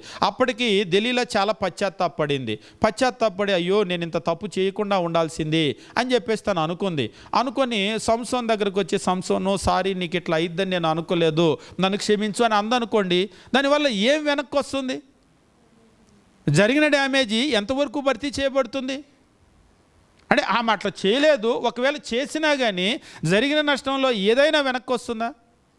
ఏది వెనక్కి రాదు. కాబట్టి కొన్ని సందర్భాల్లో నేను సారీ చెప్పాను కదా అని అంటూ ఉంటారు. మీ సారీ అనేటువంటిది జరిగిన నష్టాన్ని భర్తీ చేయలేదు. మనకు కూడా నాకు ఎవరో సారీ చెప్పారు. సారీ చెప్పినప్పుడు నేను చాలా సీరియస్గా వాళ్ళని ఒక రకంగా అరిశాను కూడా. మీరు సింపుల్గా సారీ చెప్పేశారు, సారీ చెప్పడం వల్ల జరిగినటువంటి నష్టం ఎంత వెనక్కి తీసుకోగలుగుతారు? అవుతుందా మీ వల్ల అని చెప్పేసి అడిగాను. ఏదో చేసేసిన తర్వాత జరిగిపోయిన తర్వాత జస్ట్ సారీ అని అన్నారు. మీ సారీ వల్ల ఈ డ్యామేజ్లో ఎంత వెనక్కి తీసుకుంటారని అన్నాను. సారీ చెప్పాను కదా అంటున్నారు. సారీ చెప్పారు, నేను చెప్పలేదు అని అనటం లేదు, కానీ మీ సారీ జరిగిన నష్టంలో ఎంత వెనక్కి తీసుకోగలుగుతుంది, ఎంత భర్తీ చేయగలుగుతుంది? మీ సారీ వల్ల ఏం జరగదు. జరగాల్సిన నష్టం ఆల్రెడీ జరిగిపోయింది అంతే. మనుషులకి ఇది ఒక అలవాటు అయిపోతూ ఉంటుందన్నమాట. ఏదైనా అంటే సారీ చెప్పొద్దు అంటున్నారు. సారీ చెప్పాలి. సారీ చెప్పడం ఎప్పుడు కూడా మంచి పద్ధతి. ఎందుకంటే నా వల్ల తప్పు జరిగింది అనేటువంటిది మీరు గమనించారు. రెండోది, మీరు ఈసారి అలాంటి తప్పు చేయకుండా ఉండాలి. కానీ చేసినటువంటి తప్పు మాత్రమో దానివల్ల జరిగిన నష్టాన్ని భర్తీ చేయటం సాధ్యపడదు. కాబట్టి సంసోను ఒక గుడ్డివాడిగా ఇజ్రాయేలీలో తన జీవితాన్ని ముగించవలసి, ప్రపంచంలోనే అత్యంత బలవంతుడైనటువంటి వ్యక్తి అత్యంత బలహీనుడిగా మారిపోయాడు. ఎంత బలహీనుడంటే అతని కన్నులు పీకేసి బంధించి అతని చేత తిరగలి విసిరేటట్లుగా చేశారు. ఆయన్ని ఎంత వినోదం అంటే, దాగోను గుడిలో కూర్చున్నప్పుడు గుడ్డోడిని తేండి అని చెప్పేసి అందరూ అక్కడ ఆయన్ని చూసి వినోదం అంటే ఆయన్ని చూసి అపహసించేటువంటి పరిస్థితి. మహాబలాఢ్యుడైనటువంటి వ్యక్తి మహాబలహీనుడిగా మారిపోయాడు. అప్పుడు దేవుణ్ణి అడిగాడు, అయ్యా ఇదిగో వీళ్ళందరి నిమిత్తం పగ తీర్చుకోవటానికి ఒక్కసారి జీవితంలో బలం ఇవ్వు. 24/7 నీకు బలం ఉండేది. ఒక్క మాట నోట్లో నుంచి బయటకు వచ్చిన తర్వాత బలం పోయి ఒక్కసారి బలం ఇవ్వని అడుక్కుంటున్నావు. 24/7 నీ దగ్గరే బలం ఉండేది. నీ నోరు జారినందువల్ల ఆ బలం బయటికి పోయి ఈసారి ఒక్కసారి ఇవ్వు జీవితంలో అని అడిగాడు. దేవుడు కూడా పర్మిషన్ గ్రాంటెడ్ ఇచ్చాడు. ఆ ఒక్కసారి బలం ఇస్తే ఆ దాగోను గుడిలో ఉన్నటువంటి ఆ స్తంభం ఏదైతే ఆధారంగా ఉంటుందో, కన్నులు కనబట్టలేదయ్యా, కొంచెం ఆ స్తంభం నేను పట్టుకొని నిలబడతానని అక్కడ వాళ్ళని అడిగితే ఆ స్తంభాన్ని బట్టి ఇచ్చారు. దేవుడిని బతిమలాడి అడుక్కొని ఒక్కసారి బలం ఇవ్వు పగ తీర్చుకుంటానని ఆ స్తంభాన్ని పట్టుకొని లాగేస్తే మొత్తం ఆ గుడి అంతా కూడా పడిపోయింది. అందులో గొప్ప విషయం ఒకటి చెప్తూ ఉంటాడు, సంసోను బ్రతికి ఉన్నప్పుడు తీసిన ప్రాణాల కంటే కూడా మరణించేటప్పుడు తీసినటువంటి ప్రాణాల సంఖ్య ఎక్కువ. అయితే జీవితం ముగిసిపోయింది. ఎప్పుడు కూడా ఇందాక చెప్పాను కదా, నష్టాన్ని భర్తీ చేసుకోలేం. కారణం ఏమిటి అంటే దెలీలాకు తన లోపల ఉన్నటువంటి విషయాన్ని చెప్పటం. ఈరోజు ఇప్పటికే మీరు ఎన్ని విషయాలు ఎంతమందితో చెప్పేసి ఉంటారో చూసుకోండి. ఒకళ్ళు అంటున్నారు రోజు చెప్తాను కదండి అని. ఒక్కసారి చెప్తేనే సంసోనికి అంత నష్టం అయితే నేను రోజు చెప్తాను. ఆఫీసులో ఉంటాం కదా, ఒకళ్ళు అంటున్నారు లంచ్ బాక్స్ తీసుకోగానే రోజు ఇంట్లో విషయాలన్నీ మాట్లాడుకుంటూ ఉంటారంట. నేను చెప్పాను ఇంట్లో విషయాలంటే దోసకాయలు టమాటాలు కూర గురించి మాట్లాడుకోండి, అంతేగాని పర్సనల్ విషయాలు ఎప్పుడు కూడా ఎక్కడ చెప్పొద్దు. మిమ్మల్ని గురించి, మీ కుటుంబం గురించి, మీ ఆర్థిక పరిస్థితుల గురించి, మీ పిల్లలు, మీ భర్త, మీ భార్య, మీ విషయాలు ఉంటాయి కదా, ఎక్కడ ఎవరికి కూడా చెప్పొద్దు. ఎందుకంటే లోకం మీరు అనుకునే అంత మంచిది కాదు. మీ చుట్టూ కూడా మిమ్మల్ని ప్రేమించినట్లే ఉంటారు కానీ ప్రేమించేటువంటి వాళ్ళు కాదు, కపటం కలిగిన వాళ్ళు. ఇంకా చెప్పాలి అంటే ఇవాళ రేపు పరిస్థితులు ఎట్లా ఉన్నాయంటే, భార్యను గురించి చెప్పినటువంటి విషయాలు భర్త బయట చెప్పటము, భర్తను గురించిన విషయాలు భార్యలు బయట చెప్పటం మీకు తెలుస్తుంది కదా. భార్యాభర్తల బంధంలో కూడా ఆ ఏక శరీరం అని అంటారు కదా, అవి లేదు పరిస్థితి. నిజంగా ఇవాళ అసలు ఎవరిని నమ్మాలి అనేటువంటి పరిస్థితి. భార్యాభర్తల లోపలే ఒకళ్ళ విషయాలు ఒకళ్ళు లోపల పెట్టుకోలేకపోతే ఇంకా ఎవరి విషయాలు ఎవరు పెట్టుకుంటారు? ఈరోజు ఎవరి పరిస్థితి ఎవరు లేరు. అన్నదమ్ములు ఉన్నారు కదా, కొట్టుకొని వాళ్ళ విషయాలు వీళ్ళు, వీళ్ళ విషయాలు వాళ్ళు. ఇంకా చెప్పాలంటే ఒకసారి ఒకళ్ళు చెప్తూ ఉన్నారు, మా ఓడండి అంటే వాళ్ళ బ్రదర్ గురించి మాట్లాడుతున్నాడు, నాకున్న పరిస్థితులు తీసుకొని వెళ్ళి మా వాళ్ళకి, మా శత్రువులకి చెప్తూ ఉంటాడండి, వాడికి నాకు పడదు, వాడికి నాకు పడకపోతే అన్నదమ్ముల మధ్య ఉండాలి, అది పట్టుకొని వెళ్ళి మా శత్రువులకి చెప్తూ ఉంటాడు. కరెక్ట్గా వాళ్ళకి అందిస్తూ ఉంటాడు, ఉప్పు అందిస్తూ ఉంటాడు. అంటే ఆయన ఉద్దేశం ఏంటంటే మా అన్న నాశనం అవ్వాలి, మా అన్న నాశనం అవ్వాలి కాబట్టి వాడి గురించి తెలిసిన విషయాలు నేను అలాగే చెప్తాను, అందుకే నేను ముందు వాడికి తెలియకుండా ఆపుతున్నానండి అంటున్నాడు. మంచి పని. ఎందుకంటే ఆయనకి తెలిస్తే అది శత్రువు దగ్గరికి వెళ్తుంది అనుకుంటే ఆయనకు ఆపేస్తే అక్కడికి వెళ్ళదు. అప్పుడప్పుడు కొన్ని సందర్భాల్లో మాకు కూడా, మేము కొంతమంది సహోదరుల మధ్యలో మాట్లాడుకునే విషయాలు ఎక్కడెక్కడికో కొన్ని వందల కిలోమీటర్లు దాటి వెళ్తూ ఉంటాయి. ఏంటి ఒకసారి నాకు ఆశ్చర్యం వేసింది, విజయవాడలో విషయాలు 400 కిలోమీటర్ల అవతలకి ఎట్లా వెళ్తున్నాయి. ఒకసారి నేను ఆలోచన చేశాను, పొద్దున మాట్లాడిన విషయం మధ్యాహ్నం ఫోన్లో చెప్తున్నాడే చెన్నై నుంచి, ఇది ఎట్లా గబ్బా జరిగింది అని చెప్పేసి ఆలోచన చేసినప్పుడు నేను ఇది ఎవరికి చెప్పలేదు, ఒక్క మనిషితోనే షేర్ చేశాను. ఓకే, వెంటనే ఆ మనిషి మీద క్వశ్చన్ మార్క్ పెట్టేసి, ఎందుకంటే ఆయనతో తప్ప నేను ఎవరితో చెప్పలేదు. 430 కిలోమీటర్ల అవతలకి వెళ్ళిందంటే ఈయన తప్ప ఇక వేరే అవకాశమే లేదు అని ఆ మనిషికి ఎప్పుడైతే విషయాలు చెప్పటం ఆపేశానో మిగిలిన విషయాలన్నీ ఆగిపోయాను. మన పక్కన ఉంటున్నారు కదా అని అందరినీ కూడా నమ్మవలసినటువంటి పరిస్థితి కాదు. నేడు లోకం అట్లా ఉంది. భార్య భర్తని, భర్త భార్యని నమ్మేటువంటి పరిస్థితులు కూడా కాదు. అన్నదమ్ములు ఒకరినొకరు నమ్మేటువంటి పరిస్థితులు కాదు. ఇక చుట్టాలు బంధువుల విషయం నేను చెప్పాల్సిన అవసరం లేదు, మీకే తెలుసు. ఎందుకంటే మనం పడిపోతే చూడాలనుకునేటువంటి వాళ్ళు చాలామంది ఉంటారు. మన స్నేహితులు ఉంటారు, పేరుకి స్నేహితులే, మనం పడిపోతే చూడాలనుకునే వాళ్ళు చాలామంది ఉంటారు. మన ఇరుగు పొరుగే, మనం బాగుపడితే చూడలేని వాళ్ళు, మనం పడిపోతే చూడాలనుకునే వాళ్ళు, మన పిల్లలు పడిపోతే చూడాలనుకునేటువంటి వాళ్ళు చాలామంది ఉంటారు. కాబట్టి ఇలాంటి లోకంలో మనం చాలా జాగ్రత్తగా మనం జీవించవలసినటువంటి అవసరం ఉంది. మనము ఏదో కష్టము అందరికీ వస్తుంది. నిప్పురవ్వలు పైకి ఎగసిపడినట్లుగా నరులు శ్రమానుభవానికే పుడుతున్నారు. శ్రమలు అనుభవించినటువంటి మనిషి లోకంలో ఎవ్వరు కూడా ఉండరు. ఖచ్చితంగా శ్రమలు వస్తాయి. కానీ ఆ శ్రమల్లో ముఖ్యంగా మీరు గుర్తు చేసుకోవాల్సిన విషయం ఏమిటంటే, ఆ శ్రమల్లో ఏ కష్టమైతే ఉందో, బాధ అయితే ఉందో, ఎంతవరకు ఉన్నా అది మీలోనే పెట్టుకోవాల్సినటువంటి అవసరం ఉంటుంది. అంటే ఎవరికి చెప్పొద్దు అని అంటారు, తర్వాత చెప్తాను ఎవరెవరికి చెప్పొచ్చు అనేటువంటి విషయం చెప్తాను. అయితే ప్రస్తుతానికి మాత్రము ఇంతవరకు, అంటే కొంతమంది లోపలే ఉంటే వేదన ఎక్కువ అవుతుంది కదంటే, లేదు, దానికి కూడా దేవుడు సొల్యూషన్ ఇచ్చాడు. ఎందుకంటే మన మనస్సుని చేసిన దేవుడు, హృదయాన్ని చేసిన దేవుడు, అది ఇతరులతో పంచుకుంటే దానికి ఆదరణ కలుగుతుందని దేవునికి తెలుసు. అందుకనే ఆ మార్గాన్ని కూడా ఏర్పాటు చేశాడు. అది ఎవరి దగ్గర చెప్పుకోవాలో వాళ్ళ దగ్గరే కానీ అందరి దగ్గర కాదు. కాబట్టి ముఖ్యంగా మీ చుట్టుపక్కల ఉన్నటువంటి వాళ్ళలో మీరు అందరి దగ్గర చెప్పొద్దు. ఆ తర్వాత మీరు ఎవరు మంచి వాళ్ళు, ఎవరు ముఖ్యంగా భక్తిపరులు, వాక్యానుసారంగా ఉంటారు అనేటువంటిది మీరు చూసుకొని చెప్పటంలో కూడా మనకు కొన్ని ఉద్దేశాలు ఉంటాయి. ఒకటి ఏమిటంటే, మనం చెప్పేటువంటిది ఒకటి మన బాధ షేర్ చేసుకుంటే తగ్గుతుందని. రెండోది ఏంటంటే, అందులో ఏదైనా మంచి సలహా ఇవ్వగలుగుతారా, ఇందులో నుంచి బయటికి ఏమైనా రాగలుగుతారా అనేటువంటి దాని కొరకు రెండోది మనము ఎదురు చూస్తాం. మూడోది ఏమిటి అంటే, ఇది దేవుని దగ్గర మా కొరకు ప్రార్థన చేయండి అని సహాయం అడగటానికి చేస్తాం. ఇవి చేయగలిగినటువంటి వాళ్ళ దగ్గర అది షేర్ చేయాలి. మనం చెప్పాము, వాళ్ళు కడుపులో పెట్టుకోరు, పోనీ మన బాధ తీరటం కాదు, దానివల్ల నష్టం కలుగుతుంది, చెప్పకూడదు. మనం చెప్తాము, కానీ వాళ్ళు ఏ విధమైనటువంటి వైజ్ కౌన్సిల్ మనకి ఇవ్వలేరు, జ్ఞానమైన సలహా ఇవ్వలేరు. వాళ్ళే బుద్ధి లేని వాళ్ళు ఇంకా మనకేమిస్తారు, మనం చెప్పాల్సిన అవసరం లేదు. మూడోది, మనం ప్రార్థన చేయమని చెప్పేసి మనం అంటూ ఉంటాం, కానీ వాళ్ళు అసలు లోకస్తులు, ప్రార్థన మన గురించి చేయడానికి కూడా అవకాశం లేదు, మనం చెప్పాల్సిన అవసరం లేదు. కాబట్టి మనం ఎప్పుడైనా ఏదైనా విషయాన్ని చాలా జాగ్రత్తగా మనం దాన్ని ఉంచుకోవాల్సినటువంటి అవసరం ఉంది. అలా గనక ఉంచుకోకపోతే ఏం జరుగుతుందంటే, మనకు సంసోను జీవితం అనేటువంటిది ఒక మంచి ఉదాహరణ. సంసోను నిజంగా ఆయన ప్రాణం పోవటానికి కలిగిన ప్రధానమైన కారణం ఏంటంటే, ఆయన నోట్లో నుంచి వచ్చినటువంటి ఒక రహస్యం. ఆ రహస్యం వల్ల ఏమైపోయిందంటే, చివరికి సంసోను తన ప్రాణాన్ని తనే తీసుకోవలసినటువంటి దుస్థితికి వెళ్ళిపోయాడు. ఈ నోట్లో నుంచి విషయాలు కనుక బయటికి వచ్చినాయి అంటే, సంసోను ఎలా నాశనం చేసిందో, మన నోరు మనల్ని, మన కుటుంబాలను, మన ఆర్థిక పరిస్థితుల్ని, వీటన్నింటినీ కూడా పాడు చేసేటువంటి అవకాశం ఉంటుంది మన నోటికి. కాబట్టి ఆ నోటిని చాలా జాగ్రత్తగా ఉంచుకోవాల్సినటువంటి అవసరం ఉంది. ఇందాక నేను తెలియజేశాను, అదేమిటి అంటే, మనము మన లోపల విషయాలు ఎదుటి వాళ్ళకు తెలియజేయటాన్ని బట్టి మనకు ఎదుటి వాళ్ళకి తెలియజేసినప్పుడు దానివల్ల ఏం జరుగుతుంది అంటే ఇలాంటి దుష్ప్రచారం అనేటువంటిది జరుగుతుంది అనేటువంటిది, లేదా మన రహస్యాలు బయటికి వెళ్ళిపోవటమో, మనకి నష్టం కలగటమో, వీటన్నింటినీ కూడా మనం చూస్తూ ఉంటాం. అయితే ఇది మాత్రమే కాకుండా మనం గమనించవలసినటువంటి మరొక విషయం ఏమిటంటే, ఎప్పుడైతే మన లోపల విషయాలు మనం బయటికి చెప్పామో, ఎదుటి వాళ్ళు మనల్ని తప్పుగా అంచనా వేస్తూ ఉంటారు. కరెక్ట్గా చెప్పాలంటే తప్పుగా తీర్పు తీరుస్తూ ఉంటారు. ఉదాహరణకి ఏదో జరిగి మనం ఏదో చెప్పడం వల్ల కొంత ఆదరణ కలుగుతుందేమో అని చెప్పాం.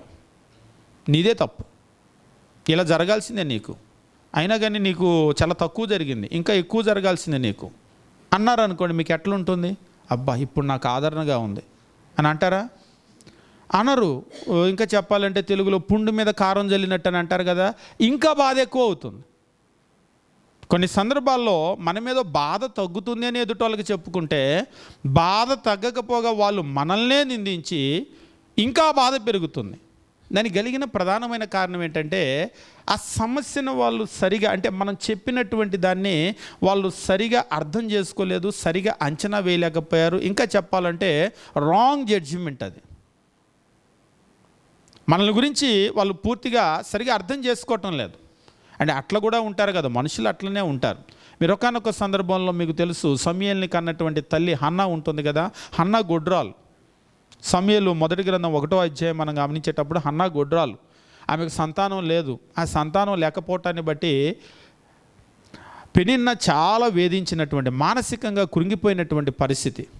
అలాంటి పరిస్థితిలో దేవుని మందిరానికి వెళ్ళి తన గోడుని, అంటే మన భాషలో చెప్తున్నా, తన గోడు దేవుని దగ్గర వెళ్ళబోసుకుంటూ ఉంది. అంటే అట్లనే ఆమె ప్రార్థన చేసుకుంటూ ఉంది. పెదాలు మాత్రమే కదులుతూ ఉన్నాయి, గట్టిగా శబ్దం కూడా రావటం లేదు, గట్టిగా శబ్దం వచ్చేంత విధంగా కూడా చెప్పటం లేదు.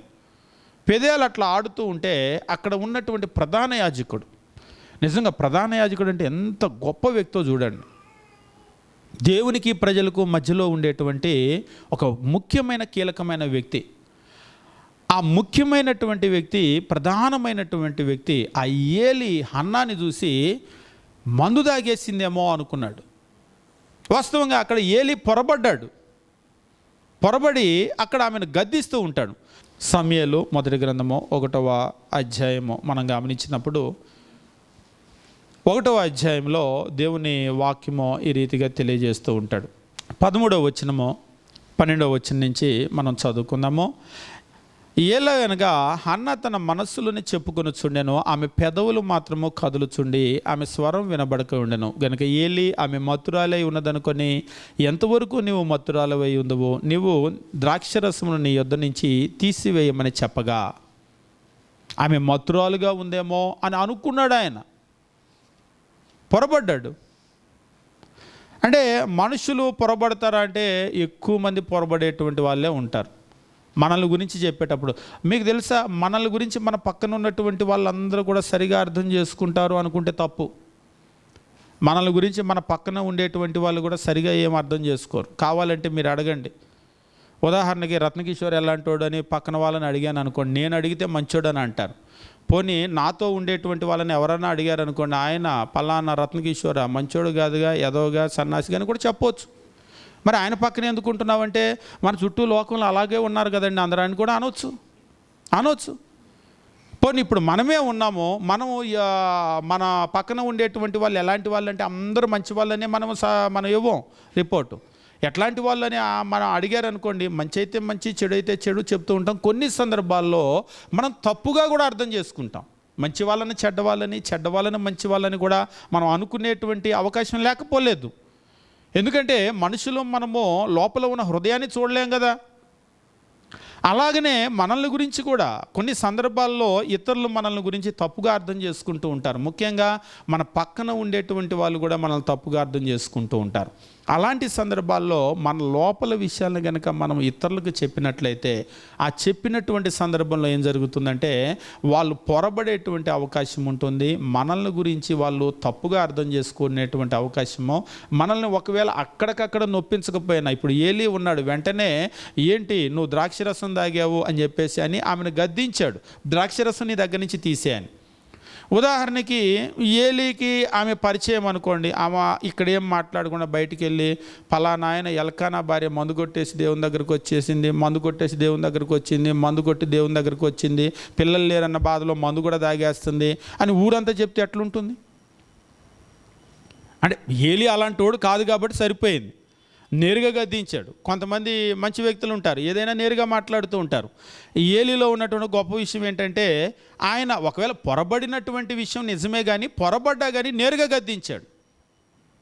కానీ కొందరు అలాగ నేరుగా గద్దించరు.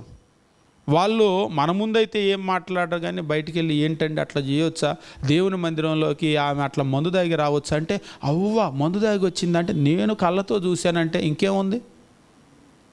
ఆయన పాపం పొరబడ్డాడు అక్కడ, అంతే కదా. నేను కళ్ళతో చూశాను అన్నారనుకోండి, ఇంకా దానికి వేరే విట్నెస్ ఏం కావాలి?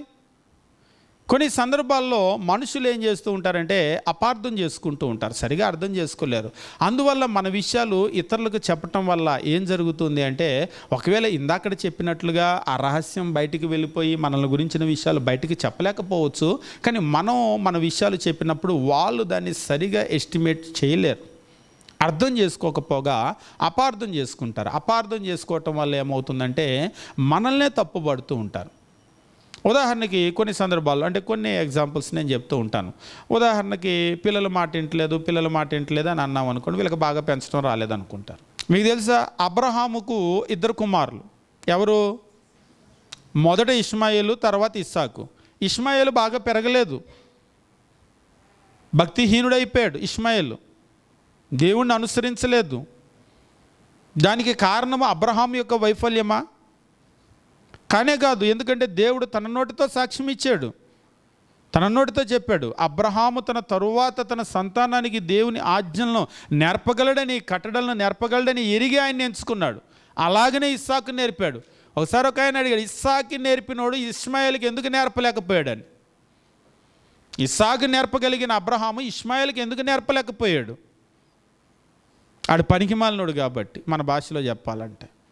కొన్ని సందర్భాల్లో మన కడుపు నిద్ర పుడతారు, ఇద్దరికీ మంచి చెడు చెప్తాము, ఒకళ్ళు వింటారు ఒకళ్ళు వినరు, చెప్తే కూడా వినరు, కొడితే కూడా వినరు. అంటే వినరు అంటే బాలుడు నడవలసిన త్రోవ అని అంటున్నాడు కదా, చిన్నప్పుడు మౌళ్ళు చేస్తే. అంటే ఇక్కడ వేరే కారణం కూడా ఉంది. అదేమిటి అంటే ఇప్పుడు ఇస్సాకు విషయానికి వస్తే అబ్రహాము తర్వాత ఇటువైపు శారాయి, ఇద్దరు భక్తిపరులు, మలచటంలో ఉపయోగపడ్డారు. ఇష్మాయేల్ దగ్గరకు వచ్చేటప్పటికి అటువైపు అబ్రహాం ఉంటే తండ్రిగా, ఇటువైపు హాగారు ఉంది, ఐగుప్తురాలు, దేవుని అందంత భక్తి కలిగినటువంటి స్త్రీ కాదామె. మరి ఇప్పుడు ఇటువైపు నుంచి ఒక్కోసారి మీరు చూడండి, తల్లిదండ్రులు ఒకళ్ళు గద్దిచ్చారనుకోండి, ఎందుకు అలాగా పిల్లల్ని కసురుతారు అని అంటారు. ఈలోపు వాళ్ళు ఏం చేస్తారు? ముఖ్యంగా అమ్మమ్మలు, తాతయ్యలు, నాయనమ్మలు ఉంటారు కదా, పిల్లలకి ఏదైనా భయం చేద్దామంటే ముందు అక్కడికి పరిగెడతారు, ఆగు పిల్లల్ని కొట్టొద్దని అంటారు. అందుకనే వీళ్ళకి కూడా ఏంటంటే ఏదన్నా చేయగానే వాళ్ళ దగ్గర పరిగెడుతుంటారు. అందుకనే అమ్మమ్మలు, తాతయ్యలు, నాయనమ్మలు ఉన్నటువంటి ఇంట్లో పిల్లలకి భయం చెప్పలేం. ఎందుకు చెప్పలేరని అంటారు. ఎందుకు చెప్పలేరంటే ఇక అదంతే, ఇక వాళ్ళు ఉన్నది. ఒకసారి ఒకళ్ళు అంటున్నారంట, ఆ తాతయ్య అరే వాళ్ళ అబ్బాయి కొడుతుంటే ఆగమంటే ఆగట్లేదట, నాన్నవాడు చాలా తప్పు చేశాడని కొడుతుంటే మీకు చెప్పలేము, నేనేమో ఆ కొడుతుంటే చూడలేను అని వెళ్ళిపోయాడంటే ఇంట్లోంచి బయటికి. ఎందుకంటే వాళ్ళు పాపం పిల్లల్ని కొడుతుంటే అమ్మమ్మలు, తాతయ్యలు, నాయనమ్మలు చూడలేక పాపం వాళ్ళ ప్రాణం అల్లాడిపోతూ ఉంటుంది. ఎలాగైనా ఆపగలిగితే ఆపేస్తారు, ఆపలేకపోయారనుకోండి పాపం వాళ్ళే కష్టపడి బయటికి వెళ్ళిపోతూ ఉంటారు. ఈ వీక్నెస్ పిల్లలకి వాళ్ళు ఇంతే ఉంటారు, కానీ వాళ్ళకి సైకాలజీ ఎంత బాగా అర్థమైద్దో, వాళ్ళకి ఇంట్లో తప్పు చేస్తే ఎక్కడికి పరిగెత్తాలో, ఎవరు అడ్డుకోగలరో వాళ్ళకి బాగా తెలుసు. ఒకవేళ నాన్న ఏదన్నా భయం చెప్పాడు అనుకో, మీ నాన్న ఉన్నాడు, నువ్వు ఆయన మాట వినాలంటున్నాడు అంటే పిల్లోడు. అంటే తాతయ్య అంటే నేను తాతయ్యకి చెప్తాను అనకుండా మీ నాన్న ఉన్నాడుగా, నువ్వు ఆయన మాట వినాలంటున్నాడంట. నువ్వు నా మాట వినాలిరా అంటే మీ నాన్న ఉన్నాడుగా, నువ్వు ఆయన మాట వినాలి. అంటే పిల్లలకి చిన్న వయసే కానీ వాళ్ళకి విషయాలు బాగా అర్థమవుతూ ఉంటాయి. ఒకసారి మనం కనుక చూసినట్లయితే కుటుంబాలలో పిల్లల్ని సరిగా పెంచలేకపోవటం అని కాదు, కానీ అబ్రహాము కూడా ఆయన పెంచగలడు. మరి ఎక్కడ ఫెయిల్యూర్ అంటే ఇస్సాకు విషయంలో బాగానే పెంచాడు, కానీ ఇష్మాయిల్ విషయంలో అది సాధ్యపడలేదు. కుటుంబాలలో కూడా మనం గమనించేటప్పుడు ఇదే జరుగుతూ ఉంటుంది. ముఖ్యంగా కుటుంబాలలో మన సమాజాల్లో చూసేటప్పుడు అందరూ బాగా అర్థం చేసుకునేటువంటి మనుషులు ఉంటారు అనుకుంటే మనం పొరపడుతున్నాం. మనం అసలు మనుషుల్ని, లోకాన్ని బాగా అర్థం చేసుకోలేదు. మన చుట్టూ ఉండేటువంటి వాళ్ళందరూ ప్రేమ కలిగినటువంటి మనుషులేం కాదు, పైకట్ల కనబడుతూ ఉంటారు. కానీ అందరూ మనకు మేలు చేసే మనుషులేం కాదు, దెలీలాలాగా కుట్ర చేసేటువంటి మనుషులు ఉంటారు. కానీ ప్రేమగా ప్రేమికురాల్లాగా నటించింది. కానీ ఎంత హాని చేయాలో అంత హాని చేసింది. మన చుట్టూ కూడా అలాంటి మనుషులు ఉంటూ ఉంటారు. కాబట్టి మనం ఏం చేయాలంటే మనకు మేలు చేసే వాళ్ళు ఎవరు, కీడు చేసేటువంటి వాళ్ళు ఎవరు అనేది బెరీజు వేసుకోగలగాలి. అంతేకాదు ఏలి అంత గొప్ప మనిషి, నిజంగా ప్రధాన యాజకుడు, అంతకంటే గొప్ప మనిషి ఎవరు ఉంటారు దేశంలో? అంత గొప్ప మనిషే హన్నాని చూసి మందు తాగిందేమో, ద్రాక్షరసం తాగేసి దేవుని మందిరానికి వచ్చిందేమో అనుకున్నాడు. కానీ ఆమె చాలా భక్తి పరురాలు. ఆ తర్వాత ఆమె చెప్తూ ఉంది, నీ దగ్గర నుంచి ద్రాక్షరసాన్ని నీ దగ్గర నుంచి తీసేయంటే 15వ వచనం, హన్నా అది కాదు నా ఏలినవాడా, నేను మనోదుఖము గలదాననై ఉన్నాను, నేను ద్రాక్షరసమైన మద్యమునైనా పానము చేయలేదు, కానీ నా ఆత్మ యెహోవా సన్నిధిని కుమ్మరించుచున్నాను. అయ్యా నేను ద్రాక్షరసము మద్యము పానం చేసిన దాన్ని కాదు, మరి ఏమిటంటే మనోదుఖము, నా లోపల చాలా దుఃఖం ఉంది, దాన్ని నా ఆత్మను యెహోవా సన్నిధిలో నేను కుమ్మరిస్తూ ఉన్నాను, లోపల చాలా దుఃఖం ఉంది, ఆ దుఃఖాన్ని నేను కుమ్మరించుకుంటూ ఉన్నాను. అప్పుడు ఏలి అర్థం చేసుకున్నాడు. అర్థం చేసుకొని తన సమస్య ఏంటో అడిగి తెలుసుకొని ఆ తర్వాత ఒక దీవెన కూడా ఇచ్చి పంపించాడు. అయితే ప్రారంభంలో పొరబడినటువంటి విషయం మాత్రం నిజం. కొంతమంది ఉంటారు ప్రారంభంలో పొరబడతారు, జీవితం అంతా అలాగనే తప్పుగానే అర్థం చేసుకుంటారు. మనం నోరిప్పి చెప్తే కూడా ఒకసారి ఒకళ్ళు మిమ్మల్ని గురించి మేము ఇలా అనుకున్నామంటే, అలా అనుకున్నారా, ఆ విషయంలో నాది కాదండి పొరపాటు, ఇది ఇలా జరిగిందని చెప్పిన తర్వాత కూడా ఆయన దాన్ని యాక్సెప్ట్ చేయట్లేదు. నేరుగా జరిగినటువంటి వ్యక్తి అట్లా కాదు జరిగింది, ఇట్లా జరిగింది, మధ్యలో పలానా మనిషి ఉన్నాడు అని చెప్తే కూడా అటువైపు ఆయన యాక్సెప్ట్ చేయట్లేదు. అంటే ఆయన ముందుగా ఒక దాన్ని నమ్మాడు, దానిలో ఫిక్స్ అయ్యాడు, దానిలోనే ఉంటున్నాడు. కానీ ఏలి అలా కాదు. వెంటనే ఆమె చెప్పినప్పుడు, లేదయ్యా నేను మనోదుఖం గలదాన్ని ఉన్నాను, యెహోవా సన్నిధిలో నా ఆత్మ కుమ్మరిస్తాను అంటే, లేదు నువ్వు మందే కొట్టుంటావు, నీ పెదాలు చూస్తే నాకు అర్థం కావట్లే, పోవతలు పో అనలేదు ఆయన. వెంటనే దాన్ని అర్థం చేసుకున్నాడు. కొంతమంది ఉంటారు మొదట పొరబడిన తర్వాత అర్థం చేసుకుంటారు, కానీ కొంతమంది ఉంటారు వాళ్ళు పొరబడతారు, మొదట పొరబడతారు, మధ్యలో పొరబడతారు, చివరిదాకా పొరబడుతూనే ఉంటారు. తప్పును తప్పుగానే అర్థం చేసుకునేటువంటి వాళ్ళు. ఈరోజు మనం కూడా మనల్ని గురించి ఏంటో మనకు తెలుసు, కానీ కొంతమంది ఏం చేస్తారంటే మనల్ని గురించి మనకంటే వాళ్ళకి బాగా తెలిసినట్టుగా చెప్తూ ఉంటారు.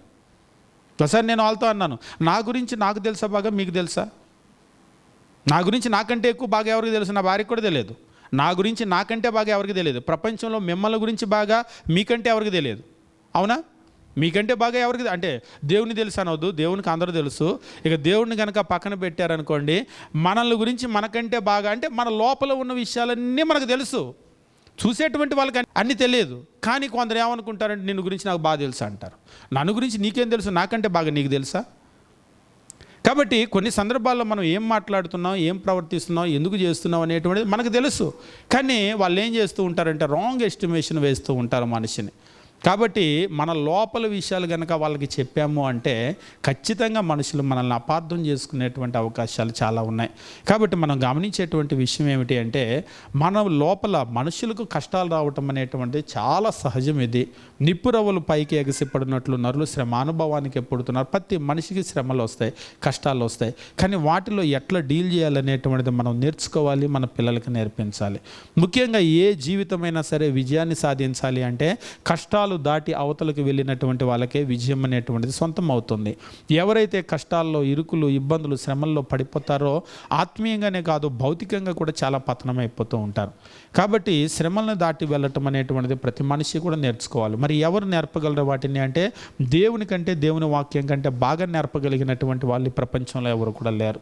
కానీ చాలామంది ఏం చేస్తూ ఉంటారంటే, ఆదివారం ఆరాధనలో ఆధ్యాత్మిక విషయాలు కేవలం వచ్చి కూర్చొని వెళ్ళిపోతే దీవెన వస్తుంది అనుకునేటువంటి వాళ్ళే. కానీ ఈ చెప్పేటువంటిది మన జీవితాన్ని మార్చేటువంటి మాటలు, విషయాలు, సందేశాలు, వీటిని మనం వినాలి, నేర్చుకోవాలి, ఆచరించాలి అనేటువంటిది చాలామంది తీసుకోరు. రొటీన్గా ఆదివారం వెళ్ళొస్తే, ప్రార్థనకి వెళ్ళొస్తే దీవెన అనే విధంగా వస్తూ ఉంటారు. మన పిల్లల విషయంలో కూడా దాన్ని మనం మార్చాలి.